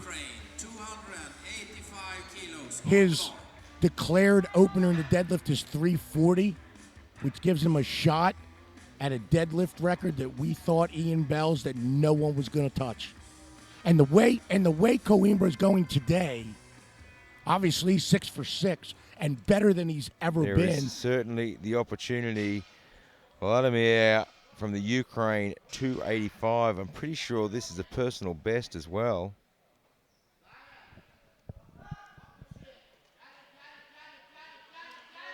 Gets good control, good speed off the chest, gets it to the top. That should be on the board, and it is.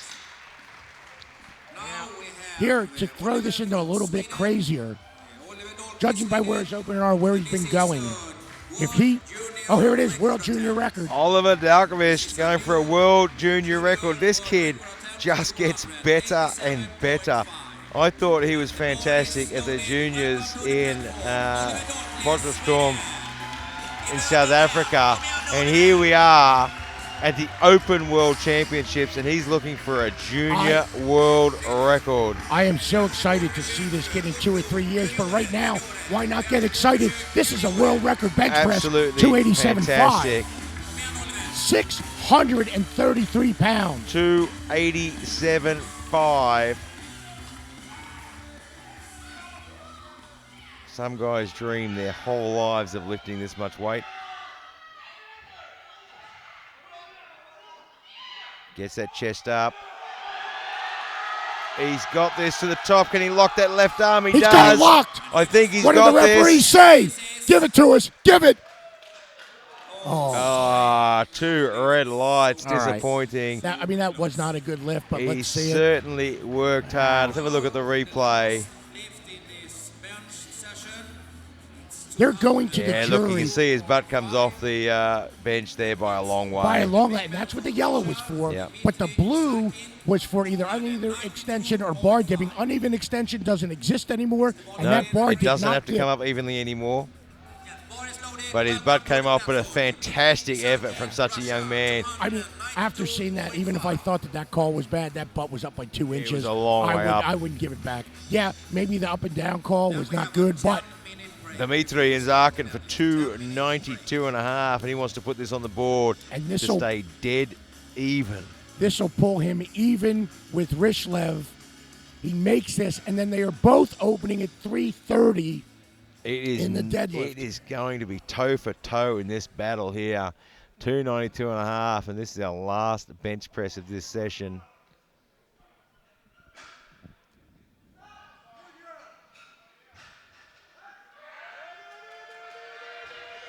Wow, he had to really muscle that one up, didn't he? You know, he looks so messy on the way down. Wow. He puts it Look. on the board. He looks so messy on the way down on his first one and that one. It looks like he's not going to get These it. guys and then he just smokes it. They're putting on a clinic. Look at the score sheet.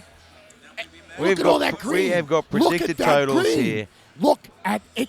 There, it is so green it almost It hurts is your the eyes. greenest board we have seen so far. I tell you, don't go too far away. In 10 minutes' time, we're going to see these two guys go toe-to-toe. And I'll tell you what, let's hope Coimbra from Brazil can hang on there and lock in that third. Unless something goes completely wrong for him, Oh, my God, look. that is his medal right We've got there. two guys guaranteed over 1,000 with they hit openers. You have Coimbra, which could also do that. He could break 1,000 as We're well. going to see two of the athletes probably go over the world record in the total. And Coimbra, I'm telling you, the way he's going, depending on how that second attempt looks, put 371.5 on that bar, pull it, new world record deadlift, 3 over 1,000. Come on back. We'll see you in a bit. Don't go away. We'll be right back.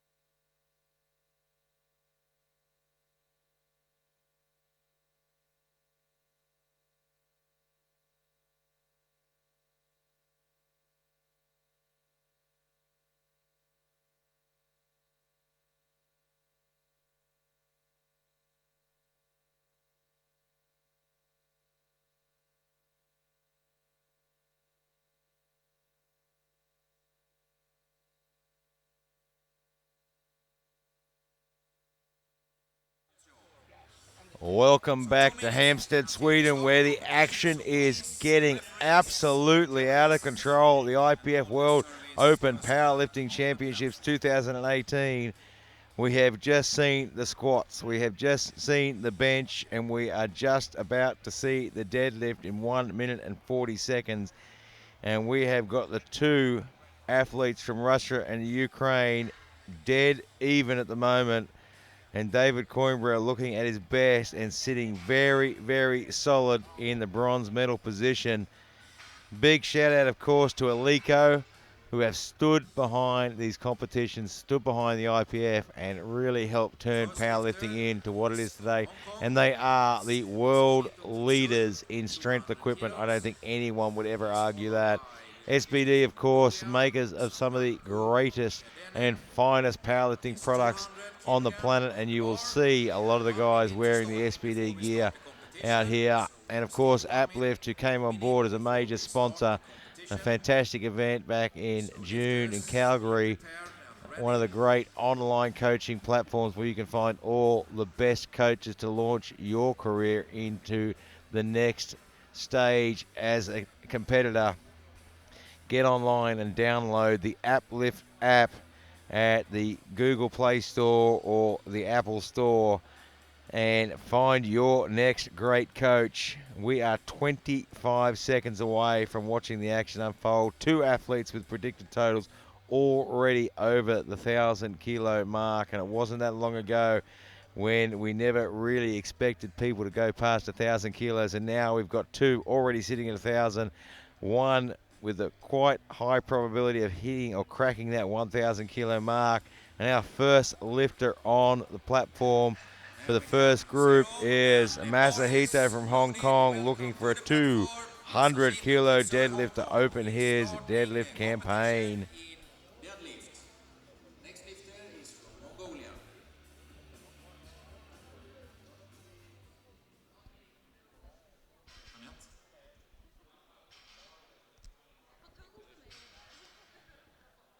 200 kilos on the bar.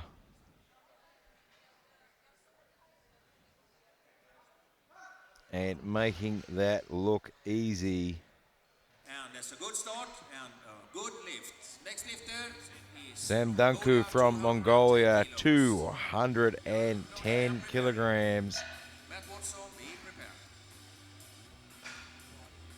And these guys, these spotters and loaders, are working so hard in this session, moving so much weight around. I hope someone's buying them a good Swedish beer after this. 210 kilograms on the bar.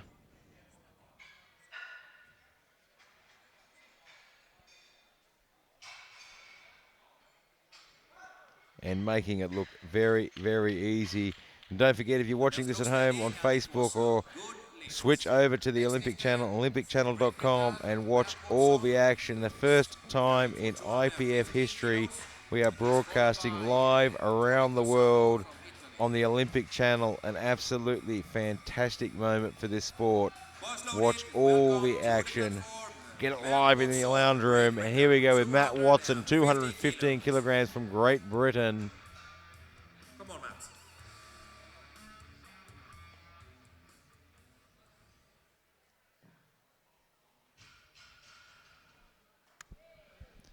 And making short work of that. And the start, and a good start. 3 white lights. He's on the board with 215. Anthony Casano from Italy, 245 kilograms. From Italy, Anthony Casano, and he's followed by Aaron from Canada. Bar is loaded.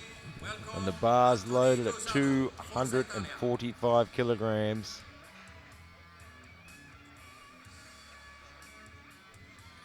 You know, I was so impressed with him that he missed his opening attempt squat, went up, missed it, went up, and hit it, came back, and I was just like, there you go. And it finally took a real heavy 340 to really get him down and be able to nail that in. Yeah, it just needed that extra weight to push it through the suit and the knee wraps. But that's a coach knowing the lifter, that's a coach knowing the lifter, and the athlete knowing himself and trusting the coach. And 245 moves like a hot knife through butter. Good lift, good And start. 3 All right. white lights.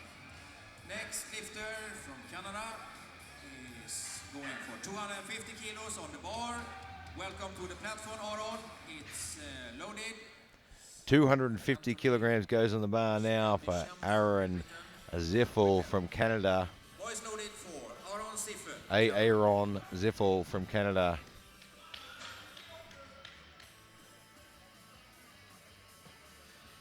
And his wife, Melanie, is a city police officer. Wanted to get it straight before I said whether it was she was Mountie or city, but she's city police there. So Aaron's a paramedic. She's a policewoman and police officer, and so they're both first responders and just great people to train hard, tough.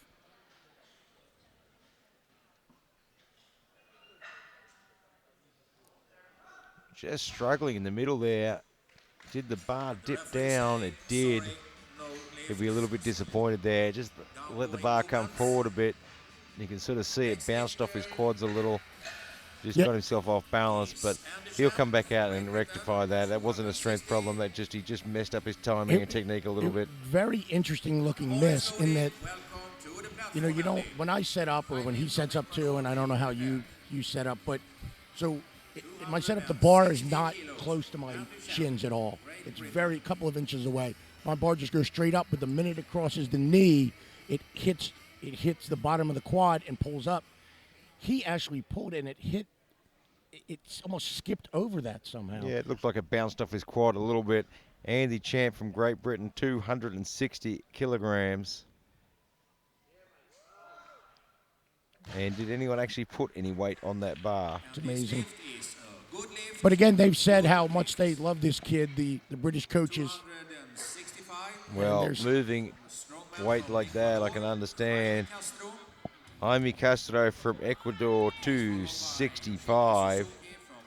Yeah, so Aaron and Dean told me that they think this kid has a lot of talent. And I think for how long he's been in gear, he's definitely got somewhere to go in this sport.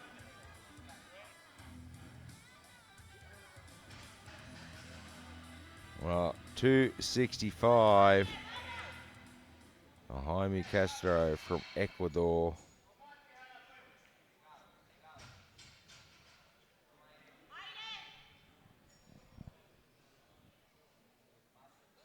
Wow. Handles that with no problems at all. You know, this is right now, I hope I'm not jinxing this, but they have been so proficient in their lifts, so efficient. The calls, the jumps have been perfect. The lifters have been perfect. There is so much green on that board. I cannot remember the last time I saw that many made attempts on a bench session. It has been a great session. And we've just seen that the lifter from Mongolia, Sandunku, has actually scratched his second and third lift. Not entirely sure why. He came here, I think, just for the bench press. And he was looking for the bench. But right now, Suzuki from Japan, 270 kilograms. Now here's the thing. He's not a bad squatter. He can squat a lot more. He squatted that, Sandamku squatted that 260. He was good. He a little bit of training, 2-3 weeks. He could be up to, what did Sandamku finish at 260? He could be hitting 300 because he's got that much strength in him. Yeah, look, it's there's certainly plenty of room to move. Matter of working in the gear. Okay, he had a pretty darn good 267.5 bench press. So he's got a weak deadlift, all right, at 210. How do you get your deadlift better? More lifts. All right. So he came all this way from Mongolia, probably took 5 flights to get here. And that's not an exaggeration because of just how hard it is to get, because the airport of Mongolia, it doesn't go to fly to a bunch of other airports. It only flies to one other airport. I believe it's in southern China, I want to say. So the Ricardo Rollo with 290 makes short work of it. So what you would do here is go here and grind that out a little bit. Yeah, look, and you improve with competition experience as well, and competing at this level, competing in front of a crowd like this, competing with high class, the quality of referees here. and it does make the difference. Right now, Masahito from Hong Kong, 230 kilograms. So I would urge anybody to, especially if you're inexperienced, and that's what we're talking about with this lifter, is to go and keep lifting. If you don't record a squat, still bench. If you don't record a bench, go and deadlift. You still have something to work on. Every lift on that platform makes a difference and adds to your experience and adds to your skill set. This is a giant learning experience. The more attempts you take on that platform, the more confident you become. This is a sport about confidence.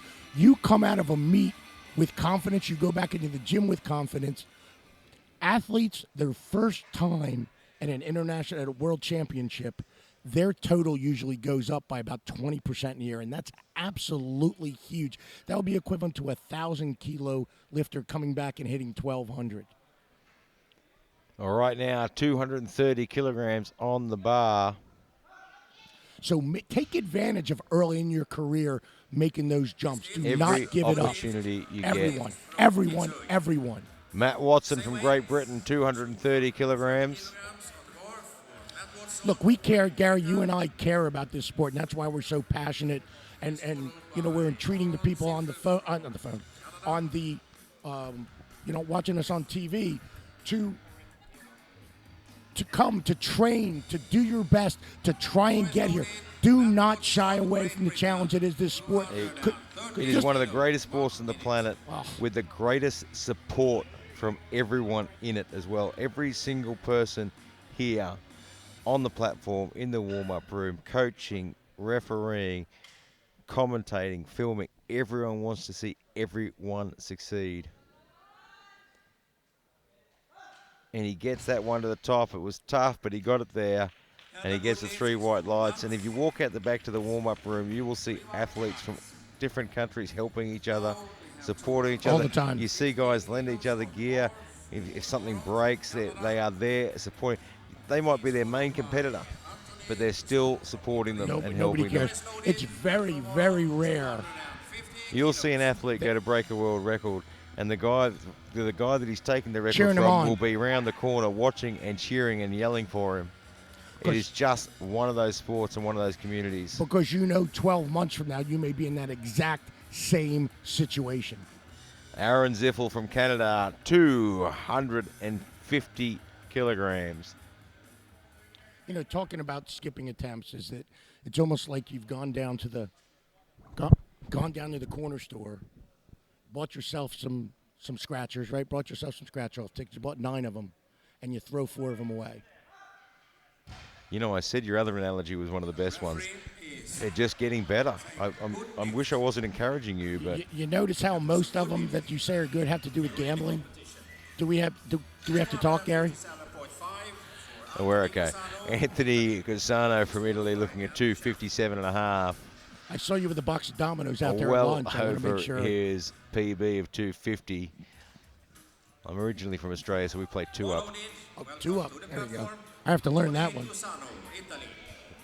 257. Sure, I'll teach you. 257.5.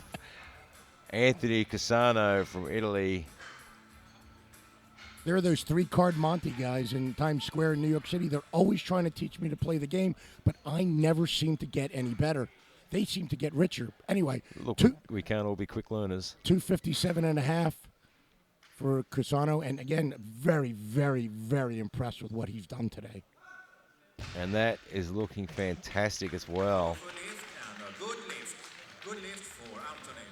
Now we go to 272.5 for Andy Champ from Great Britain. He's followed by Jaime from Ecuador. And this is a short little group, this one too. So, the scratching from the Mongolian shortens it that little bit more as well. These guys have a very quick turnaround. 272.5 kilograms. There are some very, very big 93-kilo lifters on this platform. It used to be years ago what we would see is guys would keep moving up weight classes, moving up weight classes, moving up weight classes. Now what they try to do is just become more and more muscular every year, cut a little more body fat, every year add a little bit more muscle. we're talking maybe a pound or two every year of switching. This And lift in is over a 4 or good 5 lift. years now, you've got a lot more muscle on you. 200 Jaime Castro from Ecuador looking for 280 kilograms. He's followed by Suzuki from Japan.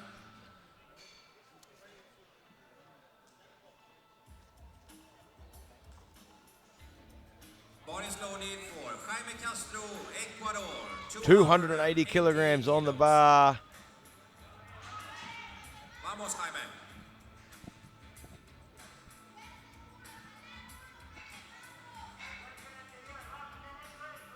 So the world record right now is 1,022.5.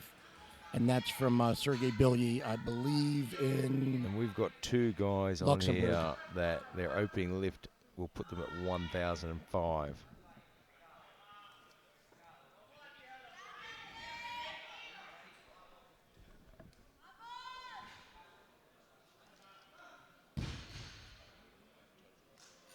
This lift is And that is no good, not locked out. Knocked out, locked, excuse me, not locked out. So, Couldn't quite lock it out there. next lift. so Bilyi hit that 1,022.5 world record total, and he hit it on Remembrance Day, Bar is loaded for November 11th in Luxembourg.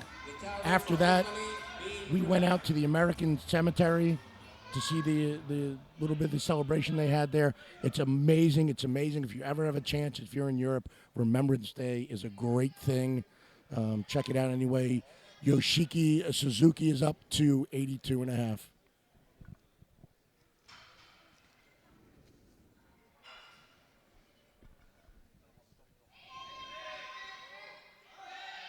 And he gets it to the top, leans back, and gets the 3 white lights. These guys, 310 310. kilos, 310 for Riccardo Rollo from Italy, 310 Bar is kilograms. loaded. Welcome to the platform, Ricardo Royo.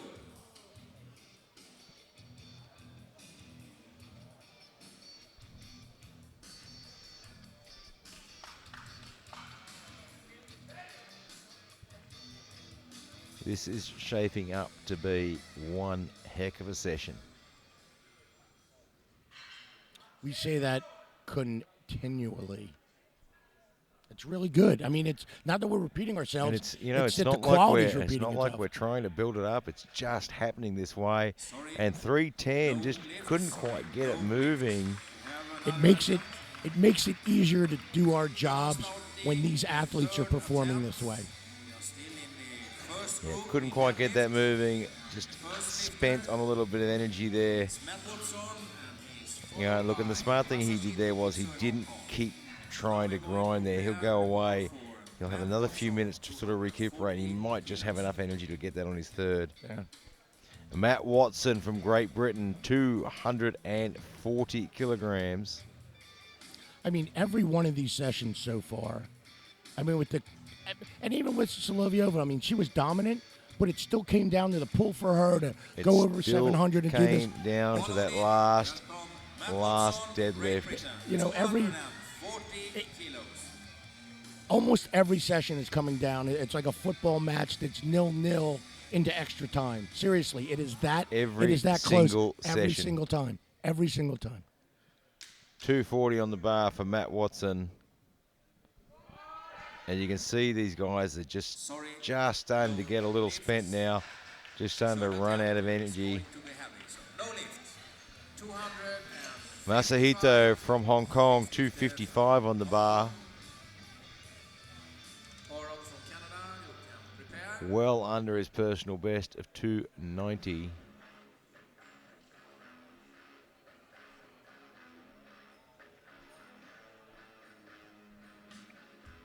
Ball loaded. Welcome. All right, few last minute instructions in the ear from his coach there. 255 on the bar. We can see how much the level of this competition today has taken its toll on their energy levels. Let's see if we can get a handle on 255. You know, but there we sound like we have a ton of energy. Our energy is coming from them. You and I are absolutely exhausted. And the reason we're this excited and this up front and this loquacious How can you not be? is that because of the energy that's being provided here. And again, just a little too much, and you can feel the energy in the atmosphere in this stadium tonight.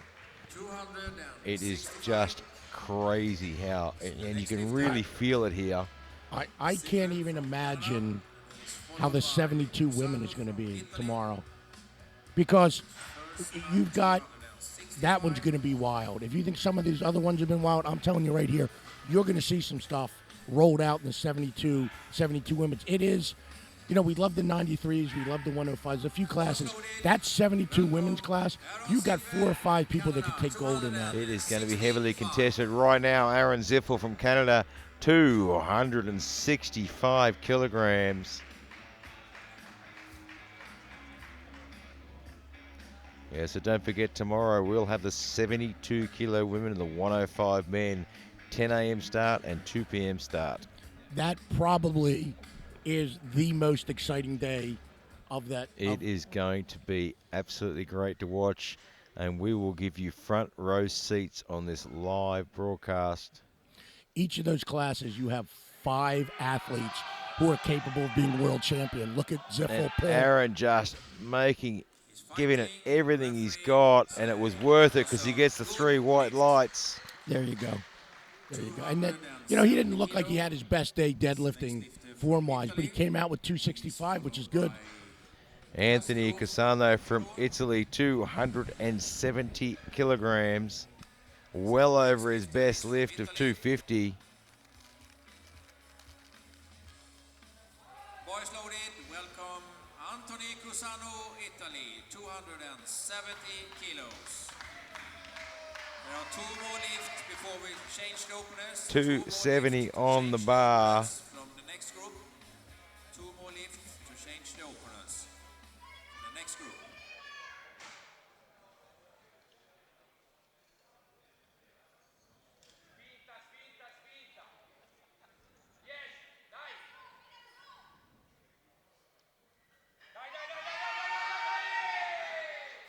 Well, he made short work of that. 3 white lights, and he puts that one up very easily. Next lifter. Jaime Castro from Ecuador, 280 kilograms. And he's followed by Andy Champ, Great Britain.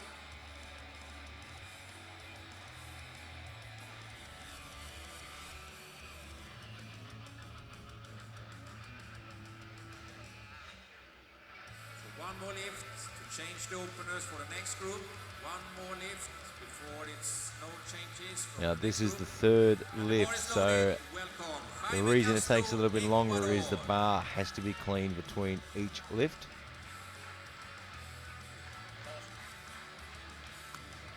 You can also change your 3rd attempt.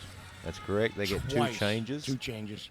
Up until bar is called loaded on their attempt, they can change. And we saw that today in the earlier session. Lots and lots of changes.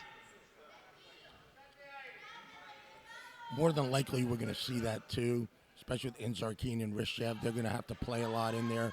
They're both at 1,005, both opening at 330.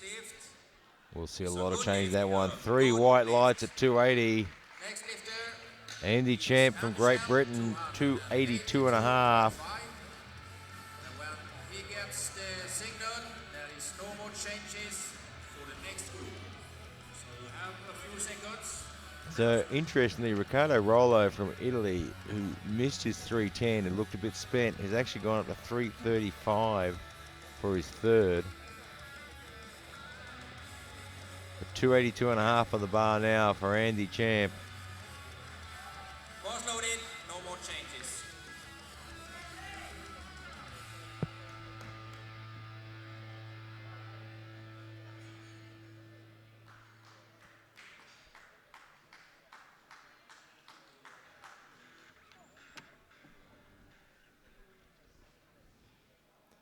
$282.5. We've just been watching over the attempt table there, an absolute flurry of coaches coming in because they only had one attempt left to change opening list for the second group. And Andy Champ just proving it was just a little bit too much for him. But he's had a great day. And what we've seen is David Combra has changed his opening lift to 350 kilograms. From 340. And Inzarkeen went from 330 to 335. And Rishchev went from 330 to 332.5. All I have to say is, game on. It is coming down to the wire. Now, why did Koima go up from 340 to 350? Now, What do you that think? is an excellent question, and I have a feeling you might have some inside information. I might have some inside information. I told you that I thought 370.1 world record right now, or 371. 371, the current world record. So 371.5. I went back there and talked to David. Hold on, we'll get here. As a matter of fact, we'll save that for his opener. Right now, let's concentrate on Suzuki. Suzuki, 295 on the bar. But it's already getting crazy, and we haven't even started B-Flight yet. It has been a long day of lifting for these guys, and it's starting to take its toll. And you can see just the energy is just running away from absolutely him. zapped. Now, and that was fantastic huge. effort. That was a big, big attempt, though. 295. Ricardo Rollo, and he missed his 310 in his second, and I said he looked like he was spent energy-wise. Yeah. He didn't try too hard. He went back out to recoup, and he's actually gone for a 335 for his third. So it'll be interesting to see how he goes. Was it enough time to recuperate a little bit, get out the back, get some fluids into the system, get some glucose? Yeah, let's see what happens here with Rollo. There's a lot of reds up on there. 335 kilos of Alico steel, the best money can buy.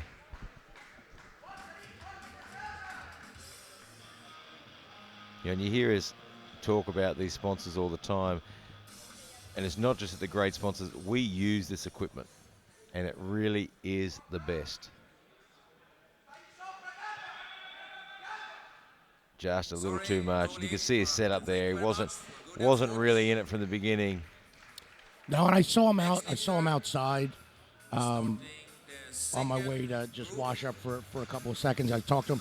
He was walking back and forth. He wasn't even in the warm-up area.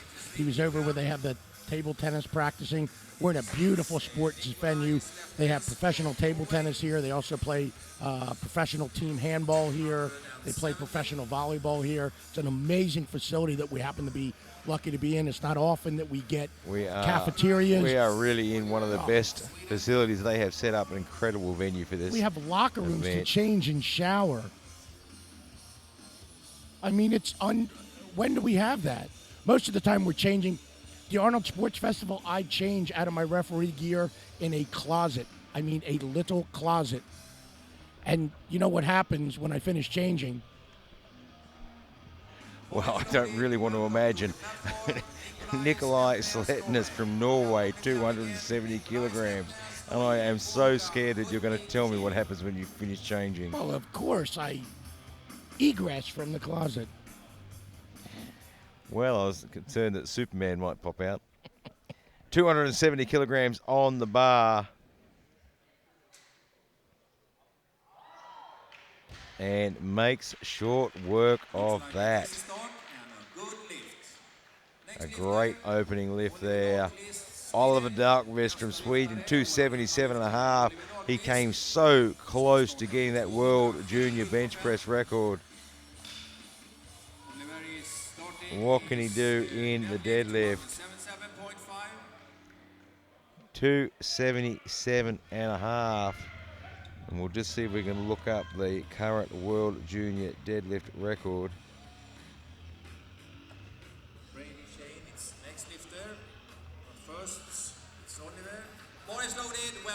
Oliver Dahlqvist from Sweden, 277.5, and he has got enormous support in this crowd. What a young kid, too, at 23 years of age. Young kid, really nice young man.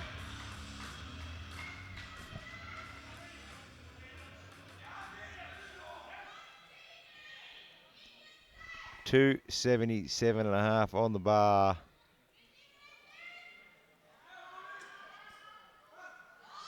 And no problems with that as expected.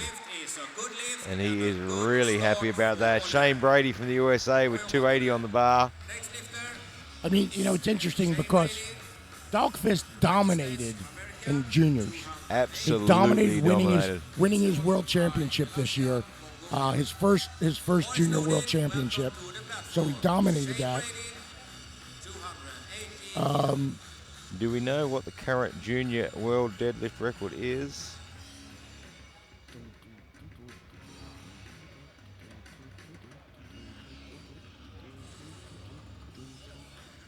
I believe it is 370.5 kilograms.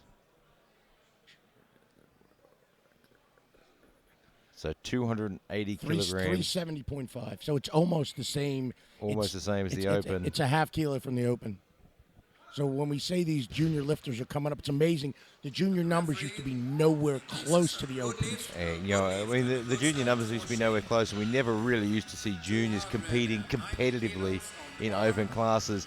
Now, the Open lifters are getting worried about these junior lifters. The juniors are competing in Open classes, and they're taking away medals.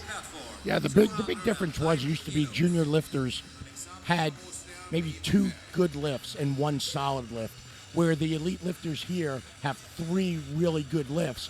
And so we're seeing these juniors come in with 3 well-rounded lifts now. It's a major change. Miag Masterin 290 and a good lift there. You know, and part of it is it's hard with young athletes of any ilk, whatever sport, to get them to work on their weaknesses. They all want to work on their strengths. And these, I guess the coaching's getting better. The kids are understanding it better. They're getting exposed to the international stage at younger ages. They understand the importance of being strong in all of the lifts, not just pushing a bench press and a deadlift heavy and working on instead their weakness, which may be the squat. Yeah, look, and it's good coaching. It's good role models out here in the Open lifters, and it's a good community that's pushing that through. Alexander Huber from Austria, 290 kilograms.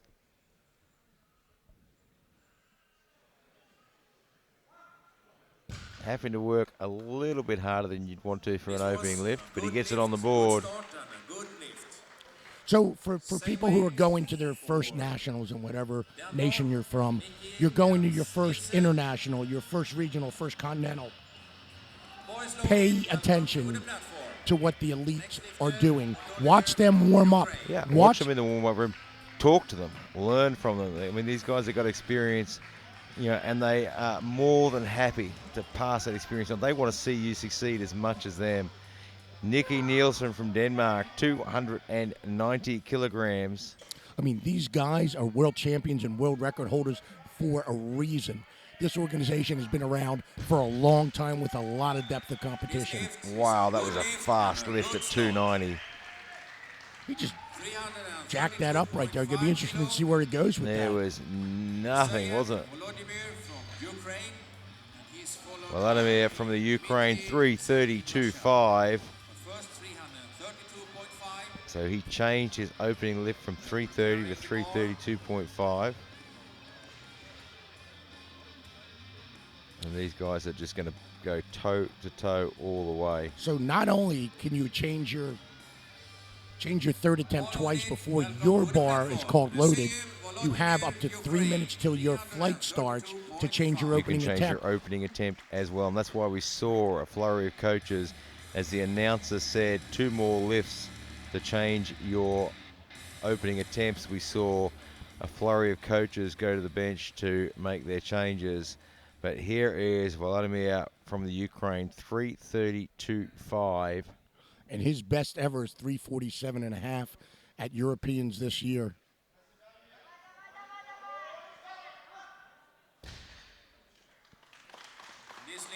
That is fantastic.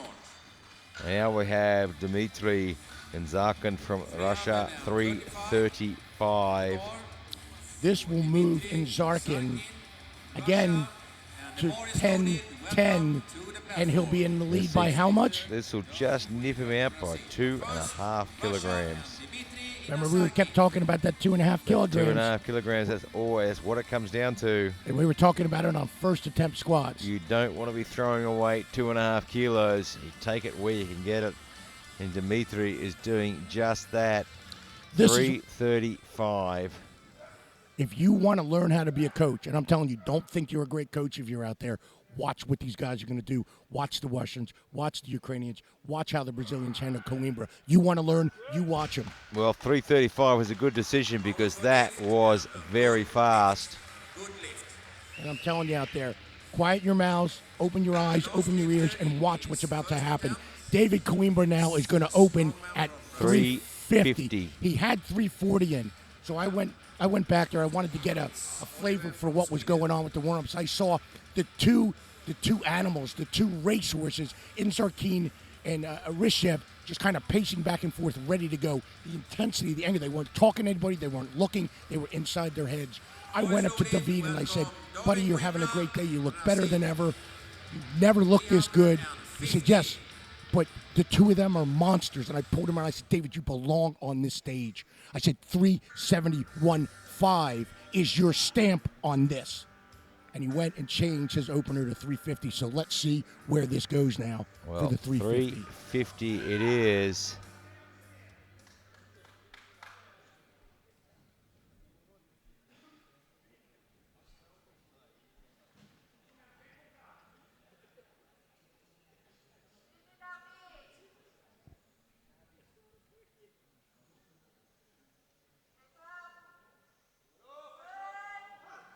And there it is, 350. It's on the board. 3 white lights. You know why I know what's going on here all the time? Because I shut up and paid attention for years before I ever offered an opinion. You've got to watch and learn, and even the best coaches that are here today, they still watch and they still learn. This sport will humble you if you are not humble already. Oliver Duckfish with 287.5 kilograms. And I said that, you said before that you use the term over the moon. And I love that term, over the moon. I am over the moon for what David Coimbra is doing today and how he's doing it. And for him, I am so proud of him. He's doing a great job so far. And he put 371.5 on second attempt. He is not waiting. He wants that stamp. Going after it now. Oliver Darkvist, 287.5, junior champion, and sitting in 5th position overall. And he gets that one to the top as well. Wow. And that is just the caliber of the athletes coming through these junior ranks. Junior world champion comes to the Open World Championships, and he is currently sitting in 5th position out of 19 lifters. I'm telling you right now, depending on what happens. 18 lifters, sorry. Depending on what happens here, how this thing turns out. In either way, because of fatigue, because of everything else, but just because of stuff in general, I probably will break down a little bit after this. This is an important. What is going on here, people? You have to understand. Inzarkin and Rishev are just fighting. They're two heavyweight champions coming over the top at each other. Inzarkin has got 352.5, and wow, look at that pull. Nikolai Sletness just kilos. destroys 290 kilograms. I mean, you've got Inzarkin now putting 352.5, Rishev 350. If they make them, they'll be at 1,027.5 and 1,025. Coimbra has the world record on that was set last year in Poland at the World Games by Ian Bell. 371.5. If he makes that, will be at 1,001.5. Well, Three right now, athletes over 1,000. Right now, Shane Brady is on the platform with 295 kilograms. And he is 7 for 7 right now, correct? He is. He is having an absolutely fantastic day at the office. I mean, these guys, and we know these people so well. We really do know these athletes. And I've known Shane since he was, I don't know, probably 18 or 19 years old. He's not giving up on it, but the Nah, fatigue it's just a little bit too it's much. a little bit much for him, I think. No lift. And we moved to 300 kilograms for Alexander Huber. There, he was 300 kilos on the bar. From all the way from Austria. Welcome Alexander Huber, Austria, 300 kilograms. You know, and he comes here from Alaska. To get here from Alaska, it's as bad as trying to get here from Mongolia in terms of how you have to go and how long it takes you. Yeah, look, and international events are tough for these guys that have got to travel so far. You know, the jet lag, the travel itself, the change in environment, the change in weather, the change in food. You know, you've got to manage all those things, and to do all that and still get on the platform and perform like this is absolutely incredible.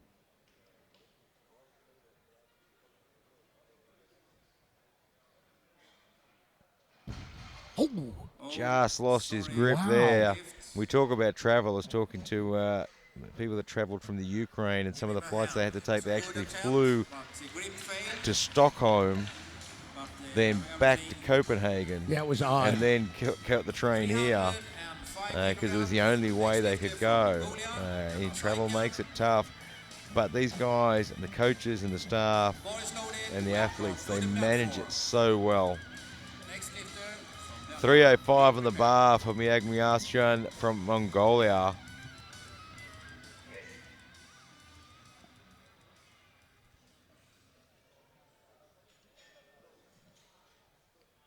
And just a little bit too much. No lift. Sorry, no lift. I'm not quite sure how they're going to get him out of that suit. That is unbelievable. For Nikki Nielsen from Denmark. Nikki Nielsen from Denmark, 305 kilograms is on the bar for you. After Nikki is Volodymyr from Ukraine. We are getting down to the wire now.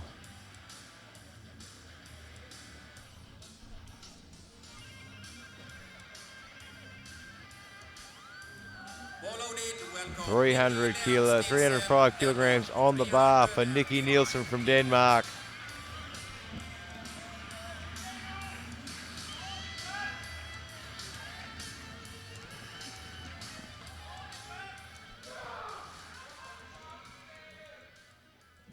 He wants to put this one on the board.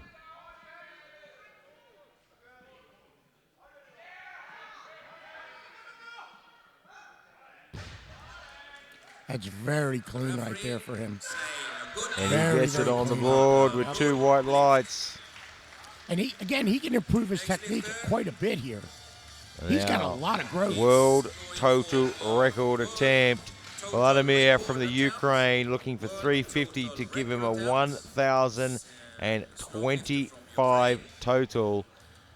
And then following that, we will see another world record total attempt. But right now, the eyes are on Vladimir from the Ukraine, 350 kilograms for 1,025 kilograms. This is huge. This will give him the world total record. And most importantly, it keeps him in touch with Inzakin from Russia. Whoever blinks here between Rishchev and Rishchev loses. Each Whoever one blinks pushing loses. the other. Yep.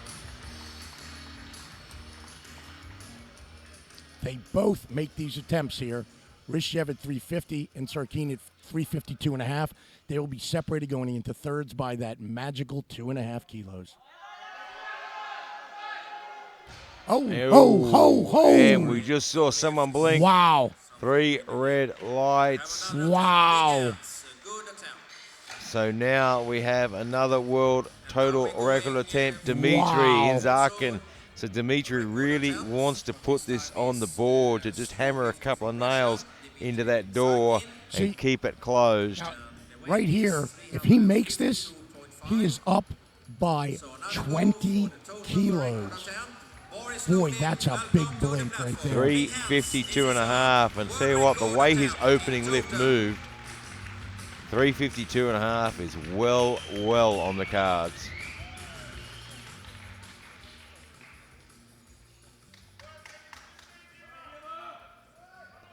And this one's just to hammer in a couple of nails.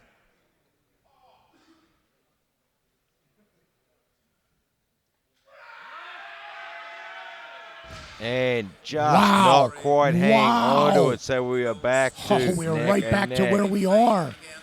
And now David Coimbra from Brazil looking for a world deadlift record at 371.5 on his second attempt.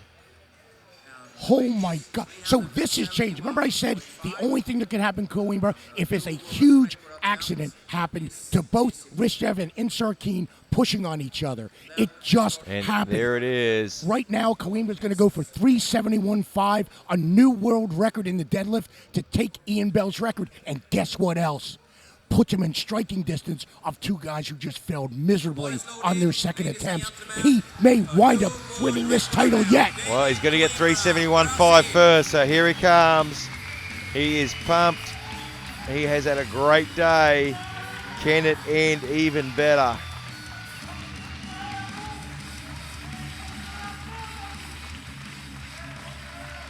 My God, if he pulls this, this may lead to one of the biggest upsets in the history of this sport.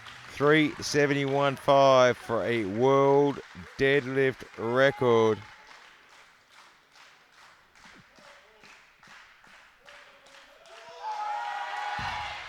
All right.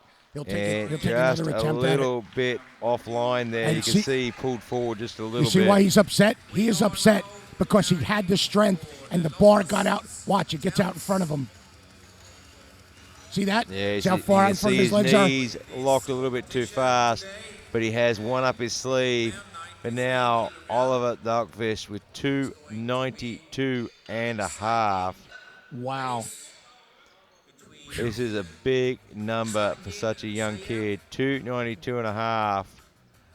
And this will give him a 915 total, so that junior world champion at the Open Championships, edging ever so close to that 1,000 total, and currently sitting. This will put him into 5th position overall. Wow. I'm still speechless from those second attempts from the top three. Here he comes, Oliver Dahlqvist, 292.5. This is an absolutely monstrous lift. Here he comes.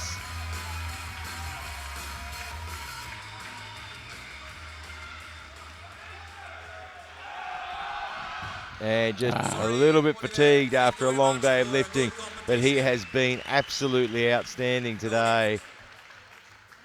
So we'll load the bar for 295 for Shane Brady. He makes this. He goes 8 for 9, has a great day. I'm sure he's got to be happy with it all. 295 on the bar. Remember, the bar needs to be cleaned after each attempt for the third deadlift. So it takes that just a few seconds longer between lifts. 295 on the bar, and here comes Shane Brady, looking to rectify that second deadlift. Can he do it?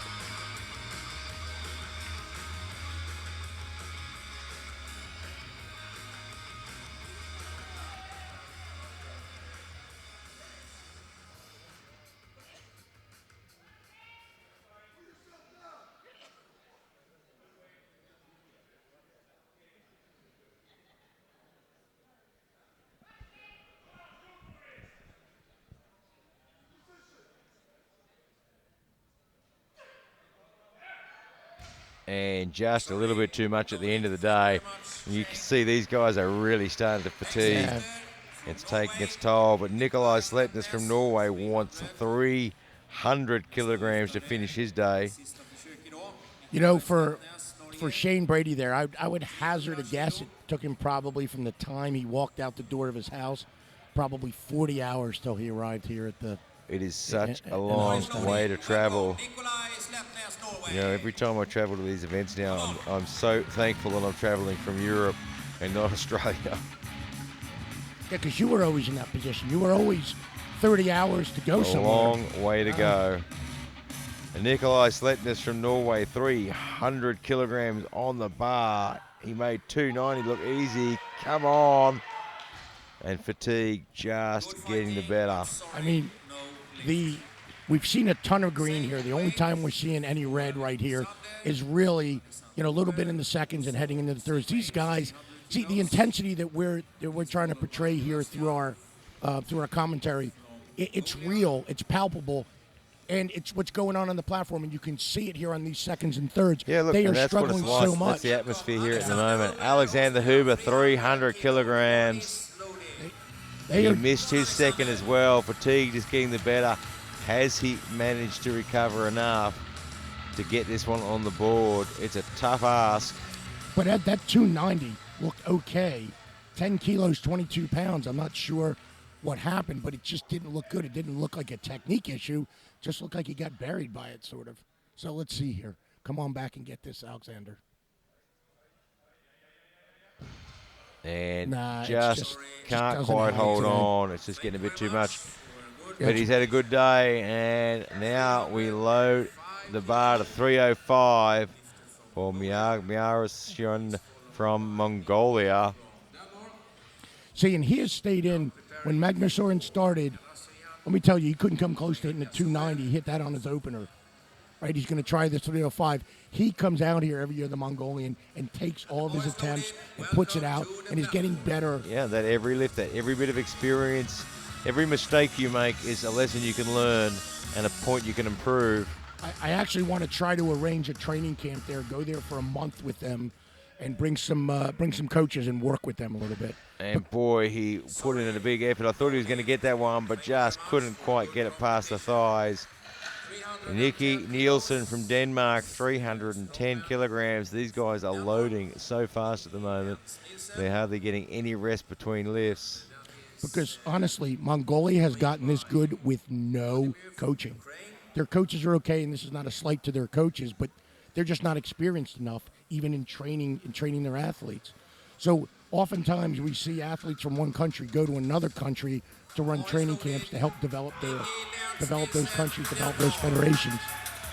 Nicky Lance Nielsen, 310 is on the bar. And then we've got our 1, 2, and 3. Absolutely brilliant day for the young man from Denmark. 385 squat, massive. 240 bench press, pretty darn good, and a huge 310 deadlift. Can he lock? Not quite. He almost got it to the top, but he has had an absolutely fantastic day, and he will be happy with that state he has had. Now we have 350 on the bar for Vladimir from the Ukraine. Smoked 332.5, couldn't hold on to 350. Now looking again for that world total record 1,025.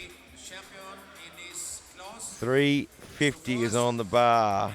He came off the ground well and moved fast, but just sort of got all mixed up halfway up, lost his grip. That's an apt description. It got all mixed up. It looked like he almost got out of order for what he wanted to do. He didn't go 1, 2, 3, 4. He went 1, 2, 4, 3. Yeah, look, and sometimes it does happen quite often. The bar moves a bit faster off the floor than you expected it to, and the rest of the body's like, what do I do now? And you get all mixed up. Oh, yeah. Yeah, so you can't finish off a day or a session better than world record attempt. 3 in a row. Here he goes, 350 for the world total record. And that's more like it. That'll give him the world total record. And the pressure is on Inzakin now to get the 352.5. Remember what we said? It would come down to the last lift and 2.5 kilos. World total record for Dmitry Inzakin from Russia. He has to get this to get the gold medal. Otherwise, Marishev from the Ukraine takes the world record. 352.5. He absolutely destroyed 332.5. I never thought for a second that 352.5 would be a problem for him. But again, similar to what happened beforehand, just got all out of sorts. And if Bar came forward. And if he pulls this, how much does he win by? 2.5 kilos. 3:52.5 world total record and the gold medal. No such thing at this level as little things. Again struggling. Oh! He drops the bar, which means he'll have to settle for silver. And Rushev will take the gold medal overall. But it's not over yet because David Coimbra is coming out to pull for a world deadlift record. 371.5. Second attempt at this. His first attempt at this, he had the speed and the strength. The bar traveled forward a little bit and he couldn't recover. This time round, has he rectified the problem? Yeah, and so they made a smart attempt. You'd be like, why did he go 371.5 on his second? Why did he take such a big jump? Why did he raise his opener? Because they know if he hit that on his second, he had an outside shot if something happened, which something did, to win the title. But right now he's still over 1,000. Here he goes, 371.5. Can he get this world record? He has the bronze medal, solid and secure. This is the way to go right here. This is to finish off on the highest note he could finish on.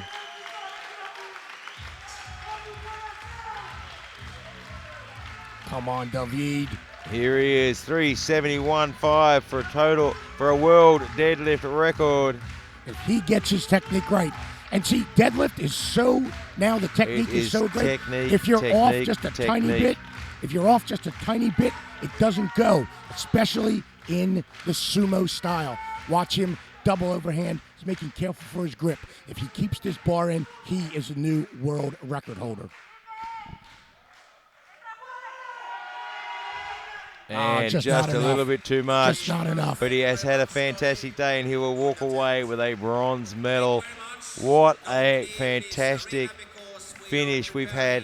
Out of all these lifters, we've only got 4 greens in the third attempt. Every one of them pushing the absolute limit today. Every session gets better and better, and we just saw a world total record, 1,025 kilograms. Don't go too far away. We will have the medal ceremony coming up very shortly. Tomorrow we'll have the women's 72, which is one to be watching at 10 a.m. We'll have the men's 105 at 2 p.m. Don't miss any of that action. And we'll be back again tomorrow to take you through it live in your lounge room. Woof woof. See ya.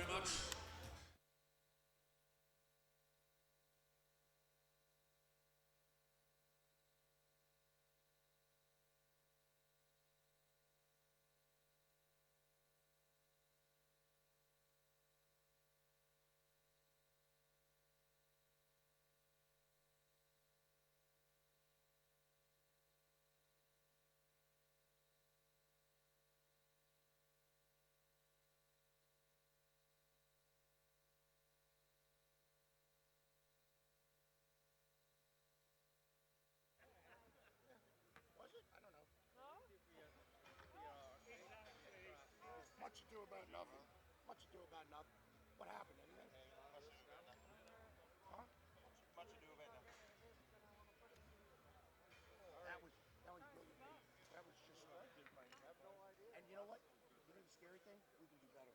That's the scary part of that.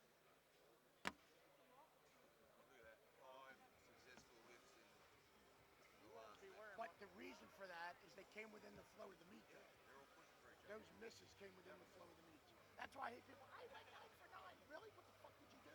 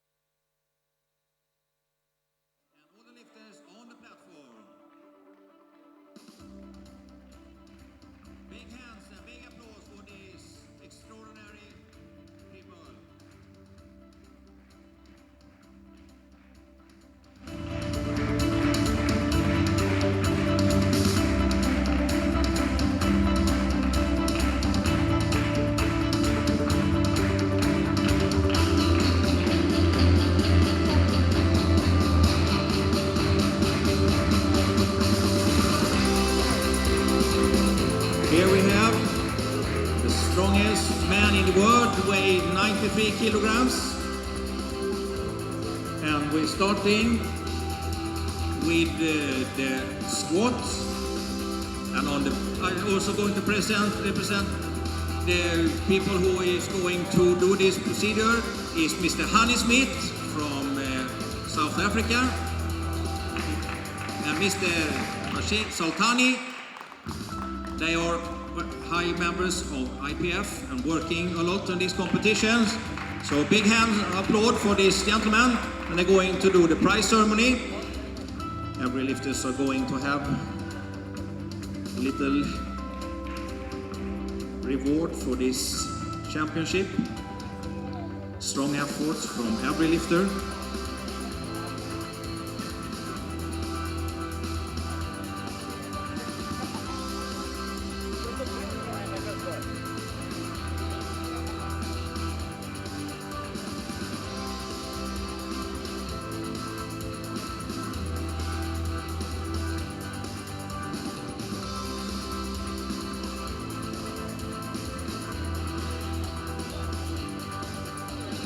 Now we can start with the best results in squats. On the third place, bronze, Dmitry Itsarkin, Russia, 382.5 kilos.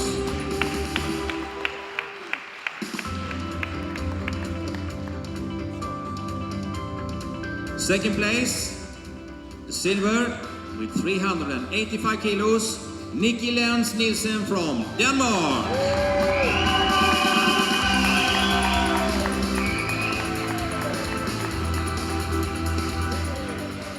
And the first place, gold, 390 kilos, from Ukraine, Volodymyr Ruseyev. You are gold medal in this squat. Big hands and big applause. Thank you very much.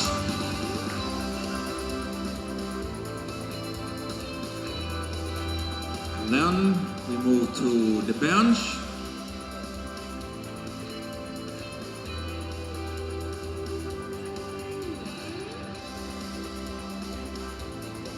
Third place from Sweden, Oliver Dahlqvist, 282.5 and bronze.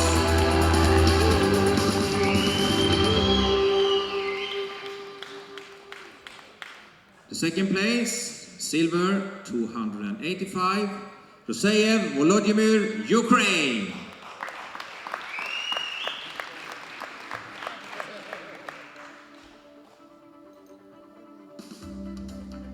And the first place, gold in bench, 292.5, Dmitry Itsarkin, Russia.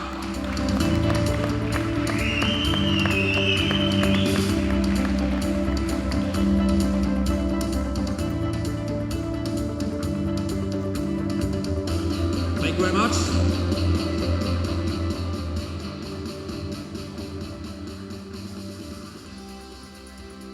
The deadlift.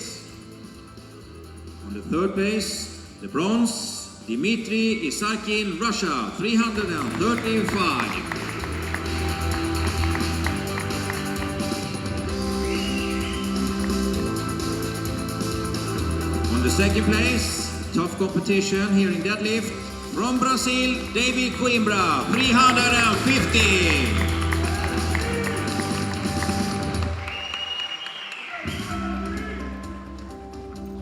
And on the first place, gold, 350 kilos as well, Volodymyr Ruseyev, Ukraine.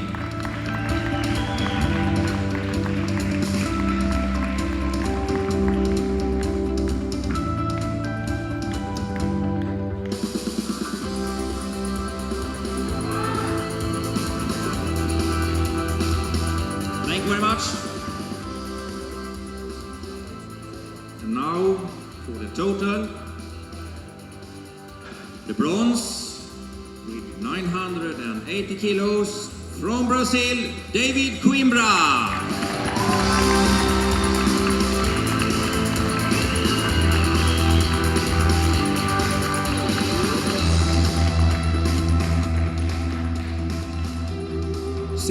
second place with 1,010 kilograms, Dmitry Isarkin, Russia.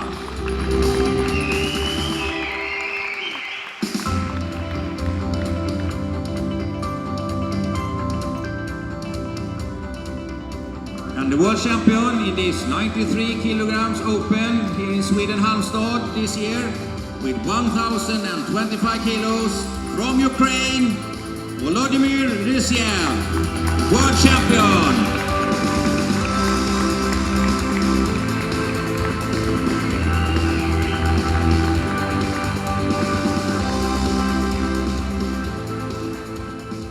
Ladies and gentlemen, we all stand for the national anthem of Ukraine.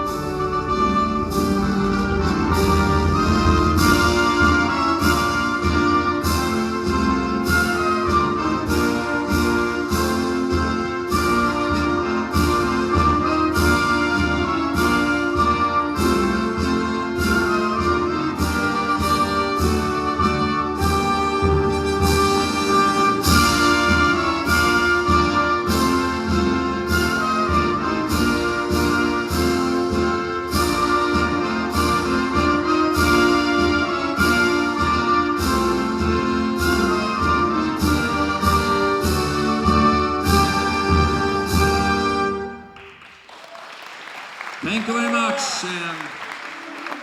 Big hands for these extraordinary strong men in the 93 class.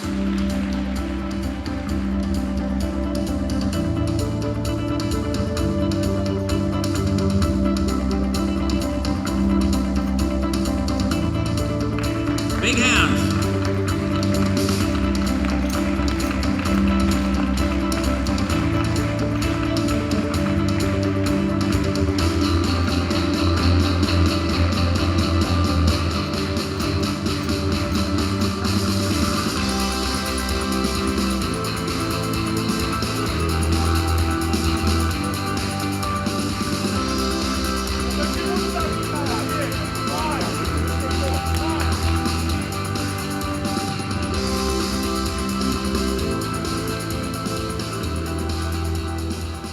Thank you very much. And tomorrow we start again. The first session starts 10 o'clock.